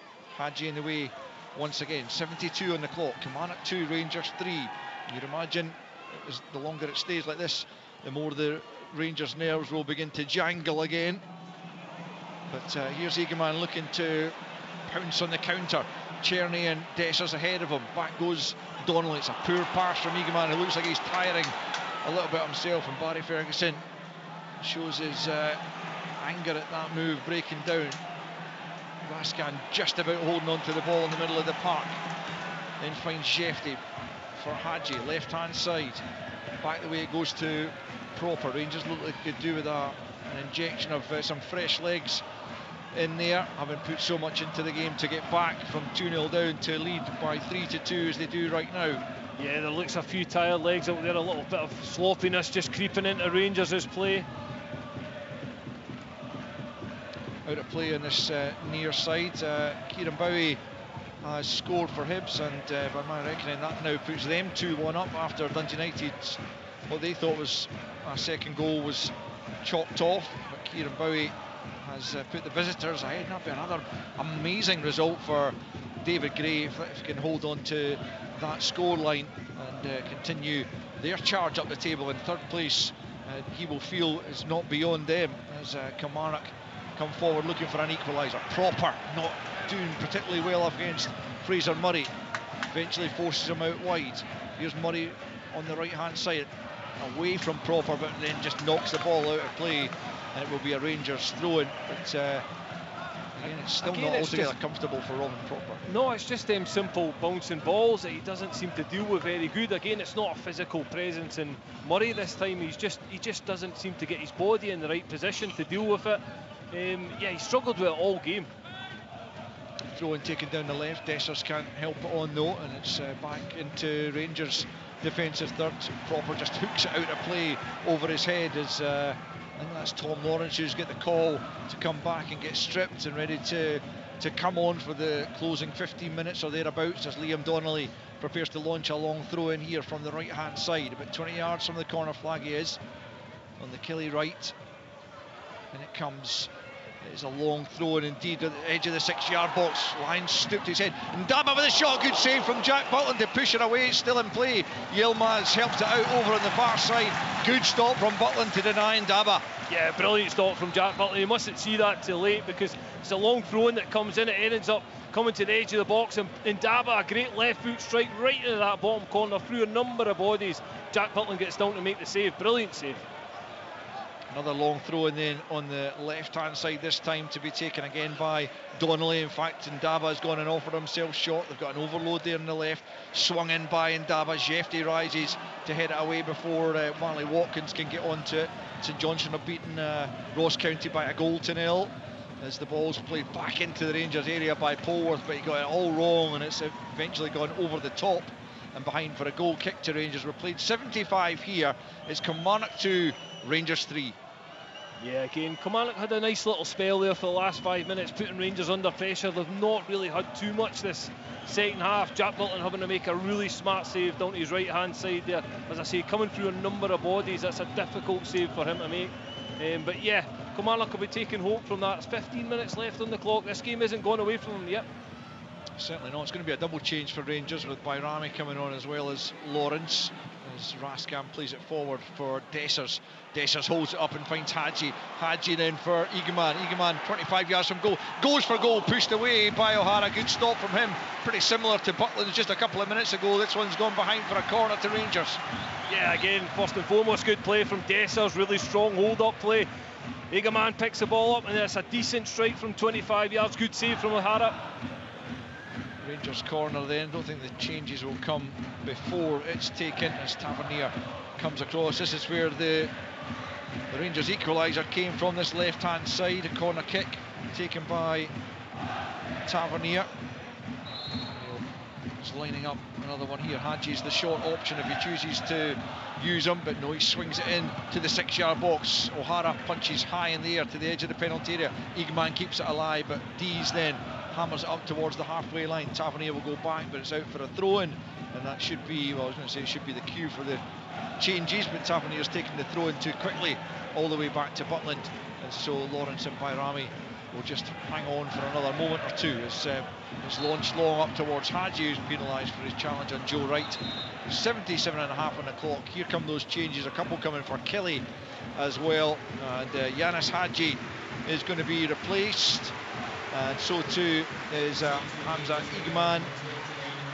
It's Bayrami and Lawrence coming on for them, and looks like a couple of changes for Kelly as well, with I think that's David Watson down there as one of the players getting ready to come on, and also Innes Cameron, big striker, is going to come on and add his stature as Kilmarnock look to try and find an equaliser, having led by 2-0 early in the game. They trail by 3-2 in the closing stages here. 12 minutes to play. Two Kilmarnock subs still waiting to come on, but Rangers have made theirs. Throw into Rangers deep in their own territory then. Yeah, it looks like Bayrami's just Motherwell going up. To Dundee 1 is a full-time score. Michael Wimmer gets his first victory as the new Motherwell manager, and that puts Dundee in further trouble down at the bottom. It's not gone their way at all in recent weeks, despite some brilliant performances and results against the likes of Rangers and Celtic, but they find themselves in trouble near the bottom right now. As Kilmarnock pick up, and Ndaba tries to lift it out to the right hand side. It's too much on it for Lions, and it's out of play for a throw in to Rangers deep in their own territory once more. Kilmarnock just need that fresh injection of players, which looks like it's going to come as soon as you say that, Al, because they look a little bit flat at the moment. They need something, a little spark to happen. It's forced forward by Lawrence, but Dees is there on the halfway line to help it back forward. Jefty rises early and gets there before Murray, but Kilmarnock help it back up towards the edge of the Rangers penalty area. Yilmaz gets it clear as far as Ndaba, and now it's back with Mayo on the halfway line. He clips it forward. Jefty again is first to it before Wright. Ndaba though helps it to Brad Lyons out to the right hand side. Murray crossing opportunity here. It's a good ball in. It's met at the near post by Proper. It'll come all the way to the back post. Donnelly's there, tries to get it back in. Czerny, and then Tavernier, I think it was, who hacked it away. But Rangers at the moment just looking that little bit untidy with the 1-goal advantage. Got to give him credit. Robin Proper, great header there. We've criticised him during this game, but a fantastic header. Kilmarnock had 2 players behind him sniffing to get a goal. Long from O'Hara inside the last 10 minutes. Again, it's Proper who wins the header. Then he's beaten to it by Watkins, but unfairly, says the referee. And so it will be a free kick to Rangers midway inside their own half. And here come the latest Killie changes with David Watson and Innes Cameron coming on. And off will come Robbie Dees initially. And the other change, Marley Watkins. So Innes Cameron will replace him up front. It's almost time that Killie have to really go for this, Cammy. Yeah, I think Brad Lyons will drop into the sort of right back position. But yeah, Innes Cameron, fresh legs at the top end of the pitch, it's exactly what they need. They need a little bit of a spark. They've got 10 minutes to get something from this game. So Rangers free kick to be taken by Robin Proper midway inside his own half. Blasts out looking for Czerny. It's a good ball actually, right onto the chest of Czerny on the angle of the box. Finds Bayrami to the byline, but he can't keep it in under a bit of pressure, and it will be a goal kick to Kilmarnock. But as you say, Cammy, we have criticised Robin Proper on a number of occasions defensively, but that was a fabulous ball that he fired out to Czerny. Yeah, we all know he's got that quality. Again, that's a 50 yards raking pass right to Czerny. He doesn't need to move, and it allows him the opportunity to break forward, but it's just the defensive side of things I think he needs to get towards. Scottish football, guys aren't going to give him any time. He's got to be more physical defensively as well. He's on the ground again, picking himself up pretty gingerly as Kilmarnock continue to play down the left-hand side, but Rangers pick up, and Lawrence, they play it off Watson there. Yes, he did. It's going to be a Rangers throw in as Lawrence and Watson come together. Eventually put the heads together, and it's all getting a little bit untidy as Donnelly gets himself involved, and a number of Rangers players getting involved as well, and it's a yellow card for Watson and Lawrence. Completely needless, that. Yeah, absolutely needless. I think it was just a little bit of handbags there. They both had a hold of each other, and it just continued on. Listen, I think Don Robertson's done the right thing, just gave them both a yellow card and move on. Ultimately, it's going to be a Rangers throw-in. Incidentally, Hearts have gone 3-1 up over St Mirren. It's not finished yet, but the goals coming. James Wilson and Callum Nieuwenhof getting the earlier goals to cancel out Mikael Mandron's opener, and I'll bring you the third goal scorer just as soon as I have it. But it looks like Hearts are heading for the 3 points there. Good comeback for them, as Vargas it was, in fact. Someone already told me that, and I've forgotten, but it is Kenneth Vargas who gets the third Hearts goal. There was a check going on there, I assumed, for potential further recriminations for either Lawrence or Watson in there, but nothing more comes of it, and it's still Kilmarnock 2, Rangers 3 with 83 on the clock. And it's Shefty for Bayrami now. Bayrami has a good ball for Lawrence at the byline. Can he pull it back for a teammate? No. O'Hara's there at the near post to dive on that and ensure it doesn't find a Rangers player. And Kilmarnock are still in this, but it's still on a knife edge, Cammy. Yeah, and it's good play from Rangers again. Bayrami finds that nice little neat pass from the run from Lawrence. He's wanting to run in behind, just couldn't quite get the cut back. O'Hara cuts it out. Full time at Tynecastle, it is 3-1 it finishes, so a good win for Neil Critchley's side, and again, like their Edinburgh rivals, they are on the up and up, and a fascinating Edinburgh derby coming up on Sunday. Live coverage that, of course, here on Sports Sound, followed by Aberdeen against Dundee United, which is another mouth-watering one on Sunday. Looking forward to that one as Rangers come forward here, looking for a fourth goal to clinch it. It's Diamondi. Can he find the right pass here? Yes, he has done. It looks like Bayrami to finish it. He has! Rangers have a fourth. Kieran O'Hara couldn't keep it out, under his body once more. This time the goalkeeper's unlucky, but Rangers a devastating counter-attack to complete a remarkable turnaround. Kilmarnock 2, Rangers 4. Yeah, what a turnaround, Al, when they were 2-0 down after 25 minutes. You thought it had gone all wrong, but listen, full credit to this Rangers team. Bayrami getting the goal that's absolutely sealing the 3 points here at Rugby Park, and it's a brilliant response from Rangers in this game. It was all about picking the pass there, wasn't it? And Bayrami just holding his line, making sure he stayed on side, and assuming that he has done that, and that'll be verified just shortly by VAR, but looked like he had done, and the pass was spot on from Diamandi, and Bayrami picked his spot for a 5th goal of the season. O'Hara couldn't quite keep it out, and it's Kilmarnock 2, Rangers 4. Yeah, it looks as if he's played the pass perfectly again. Bayrami's looking right across at Joe Wright, the one that's going to be playing him on, and it was a really good finish underneath Kieran Wright. Yeah, you got to have a bit more sympathy with the keeper on that occasion. It did go ricochet kind of underneath him, but nothing much he could have done, I don't think, on that one. And so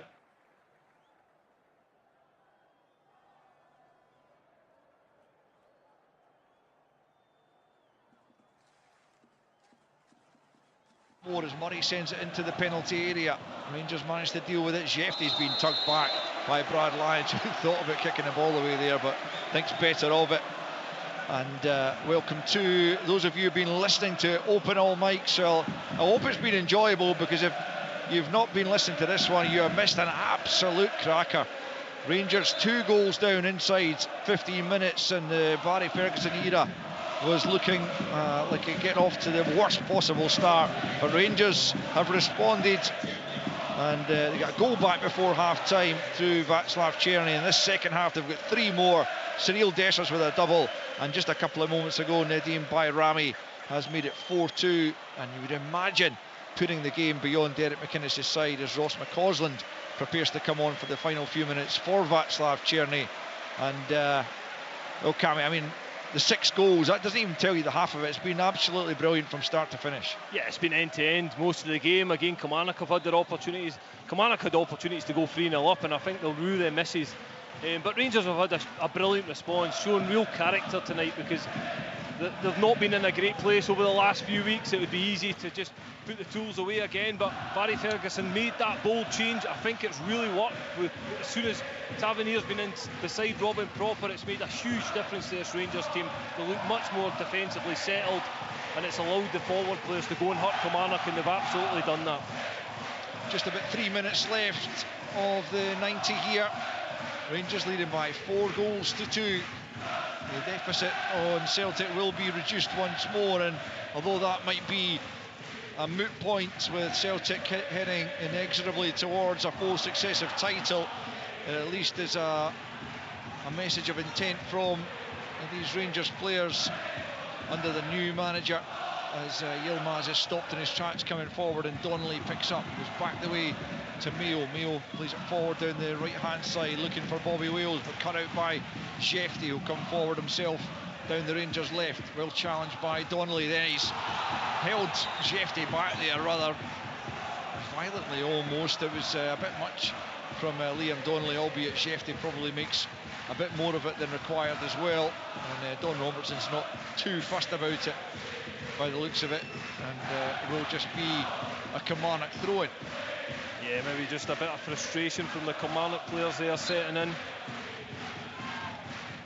Joe Wright down the right flank with a throw-in. Joe Wright's goal got things started here, gave his side an absolutely wonderful start to the game, and that was built upon by Brad Lyons' wonderful curling finish inside 15 minutes. But once Rangers get the goal back, they have been the better side, but were comfortably second best in that opening half hour until the change that Cammy mentions, bringing on Yilmaz for Nsiala, and it although it required James Tavernier to move into that slightly unorthodox position of centre back. He has played there a couple of times this season. I think he's looked really comfortable in that position again. I think he uses the ball really well, he reads the game well as well, and he just seems to have settled Robin Proper beside him. But Rangers, since they've got that first goal, the energy they've played with, the energy they're playing with towards the end of this game, I've not seen that from a Rangers side for a while. Forward come Kilmarnock, looking for a way back into the game. Proper hasn't dealt with Bobby Wales, who gets it into the penalty area. Yilmaz though chests it down for Diamandi, who hammers it up towards the halfway line. Right heads it back forward. Donnelly helps on. Proper then emphatically heads it clear. Donnelly once more plays it forward to Cameron. Cameron back to Watson. He's challenged by Lawrence, and now Proper can't find a teammate, nor can Joe Wright. Out of play for a Rangers throw in this near side, midway inside their own half. We are approaching stoppage time here. The fourth official about to show us the board, and it's 6 minutes added on here, so time yet for another Kilmarnock couple of goals. You wouldn't rule it out. This game has been very topsy-turvy, and here's David Watson about to take a long throw in from the right hand side. Raskin attacks it at the near post and heads it clear. Every Rangers player back behind the ball just at the moment. They lead by 4-2 in injury time. Kilmarnock get it forward once more. Here's Cameron, edge of the box. I think that was a shot at goal, but it's skewed away, out for a throw and over on the far side. And well, at least said about that the better from Innes Cameron, unfortunately for Kilmarnock. I'm glad you described that one out. It was a shot, wasn't it? Oh, it was a definite shot. It was a terrible shot. Out for a throw-in. I mean, we've all done it, let's be honest. Listen, Barry Ferguson will be absolutely delighted with the response. I think from that first 25 minutes, because it was so poor, it was the poorest I've seen Rangers in a long time, and to get that response within a game, I think he's got to take a lot of credit from that. You see the guys have been very active on the sidelines, putting out a lot of instructions to their players, asking, I will say that a number of times, they're wanting the ball to be played forward, not backwards, not sidewards. And you've just shown a real commitment and desire to go and win this game. And here they come once more, looking for a fifth. It's Lawrence overstep, and it's Bayrami with a shot from the edge of the box. His block comes back to Bayrami and blasts that one over the top. And no further goals in that particular attack for Rangers, but they do lead by 4-2 with about 3.5 minutes of stoppage time left to play. There's another good attack, Cammy, you have to say, another good bit of play in there. Yeah, absolutely. Jeffy up and down this left hand side, which he has been all day. Again, it comes into Bayrami, just doesn't catch it. He gets two shots at the goal, doesn't catch either of them right, but again the threat's there. Forward it goes. Cameron beaten in the air by Proper, who wins a second ball as well. Cameron then gets out to the right hand side to Brad Lyons. Back to Joe Wright, who clips it forward to the edge of the penalty area. Flicked on by Wales into Cameron, but Tavernier's there to hook it away up towards the halfway line. Dessers and Ndaba come together off the ball, and both players hit the deck. Nothing really in that, and it's out for a throw-in on this near side. Two Rangers, and time just running away now from Derek McInnes' side. He'll be hugely frustrated at the way this game has slipped from his grasp. Yeah, absolutely. I think that first goal plays a huge part in it, because it gives Rangers a real lift. We spoke about it before. Kilmarnock had a number of opportunities to make it 3-0 as well, didn't take them, and then Rangers get that goal. It gives them the lift, and listen, they've not looked back. And Barry Ferguson said it before the game, it's all about winning games of football for Rangers. That's what he's there to do, and he's done that tonight. Yeah, it's looking very much like it. Just a few minutes left here at Rugby Park of stoppage time as Jefty gets it into Lawrence, and then Bayrami on, but away by Mayo up towards Wales. He's beaten in the jump by Proper. Now Cameron chases the forward ball. He'll go for goal. That one's it's ambitious, but it's a lot closer than his last effort, but still off target nonetheless, and it remains Kilmarnock 2, Rangers 4. Yeah, again a little bit wild from Innes Cameron, as you say, very ambitious from that angle to beat Jack Butland. So Rangers goal kick, and Kilmarnock, who'd won their last couple of games here and 5 of their last 7, will look towards the weekend and a trip up to Ross County, which is not going to be an easy one to take points from, as the battle for the top 6 goes on. It's going to go right to the wire, you would imagine, because it's so tight, so tightly congested in that middle part of the table. Yeah, again, Kilmarnock's next couple of games, Ross County, as you mentioned, away, and then Hibs at home, so difficult fixtures, but ones they need to start picking up points. They'll be very disappointed if not took anything from this game, so they need to start picking up points when they get up to Dingwall on Saturday. There's Lyons from the right hand side. It's a good ball. Tavernier wins it at the edge of his 6-yard box. Up goes Diamondi, and then poked away by Raskin. And Rangers defending a whole lot better in that situation as Dessers and Lyons come together right in the touchline there. Neither player was about to move out the way for the other, as Rangers pick up possession. Bayrami, big switch of play for McCausland. Is he going to be able to catch this one? Across goes Mayo, shows good turn of pace to knock it out of play before his former Rangers youth teammate Ross McCausland could get there. 90 seconds remaining. They've done that a number of times when the breakaway's on. They've looked to identify the far side, the switch of play. They've always got a willing runner down that far side, and I think that's something that the backroom staff have worked on in the last few days, was to, when the space is there, get yourself up and down that far away side. Throw in taken by Yilmaz. And back to Diamonde. And then Tavernier back to Proper, midway inside his own half. Lets it roll to Jefty. Jefty just moves away from Bobby Wales and keeps possession into the final minute of the 6 that were added on here at Rugby Park. Rangers moving closer to a first victory in Barry Ferguson's time in charge.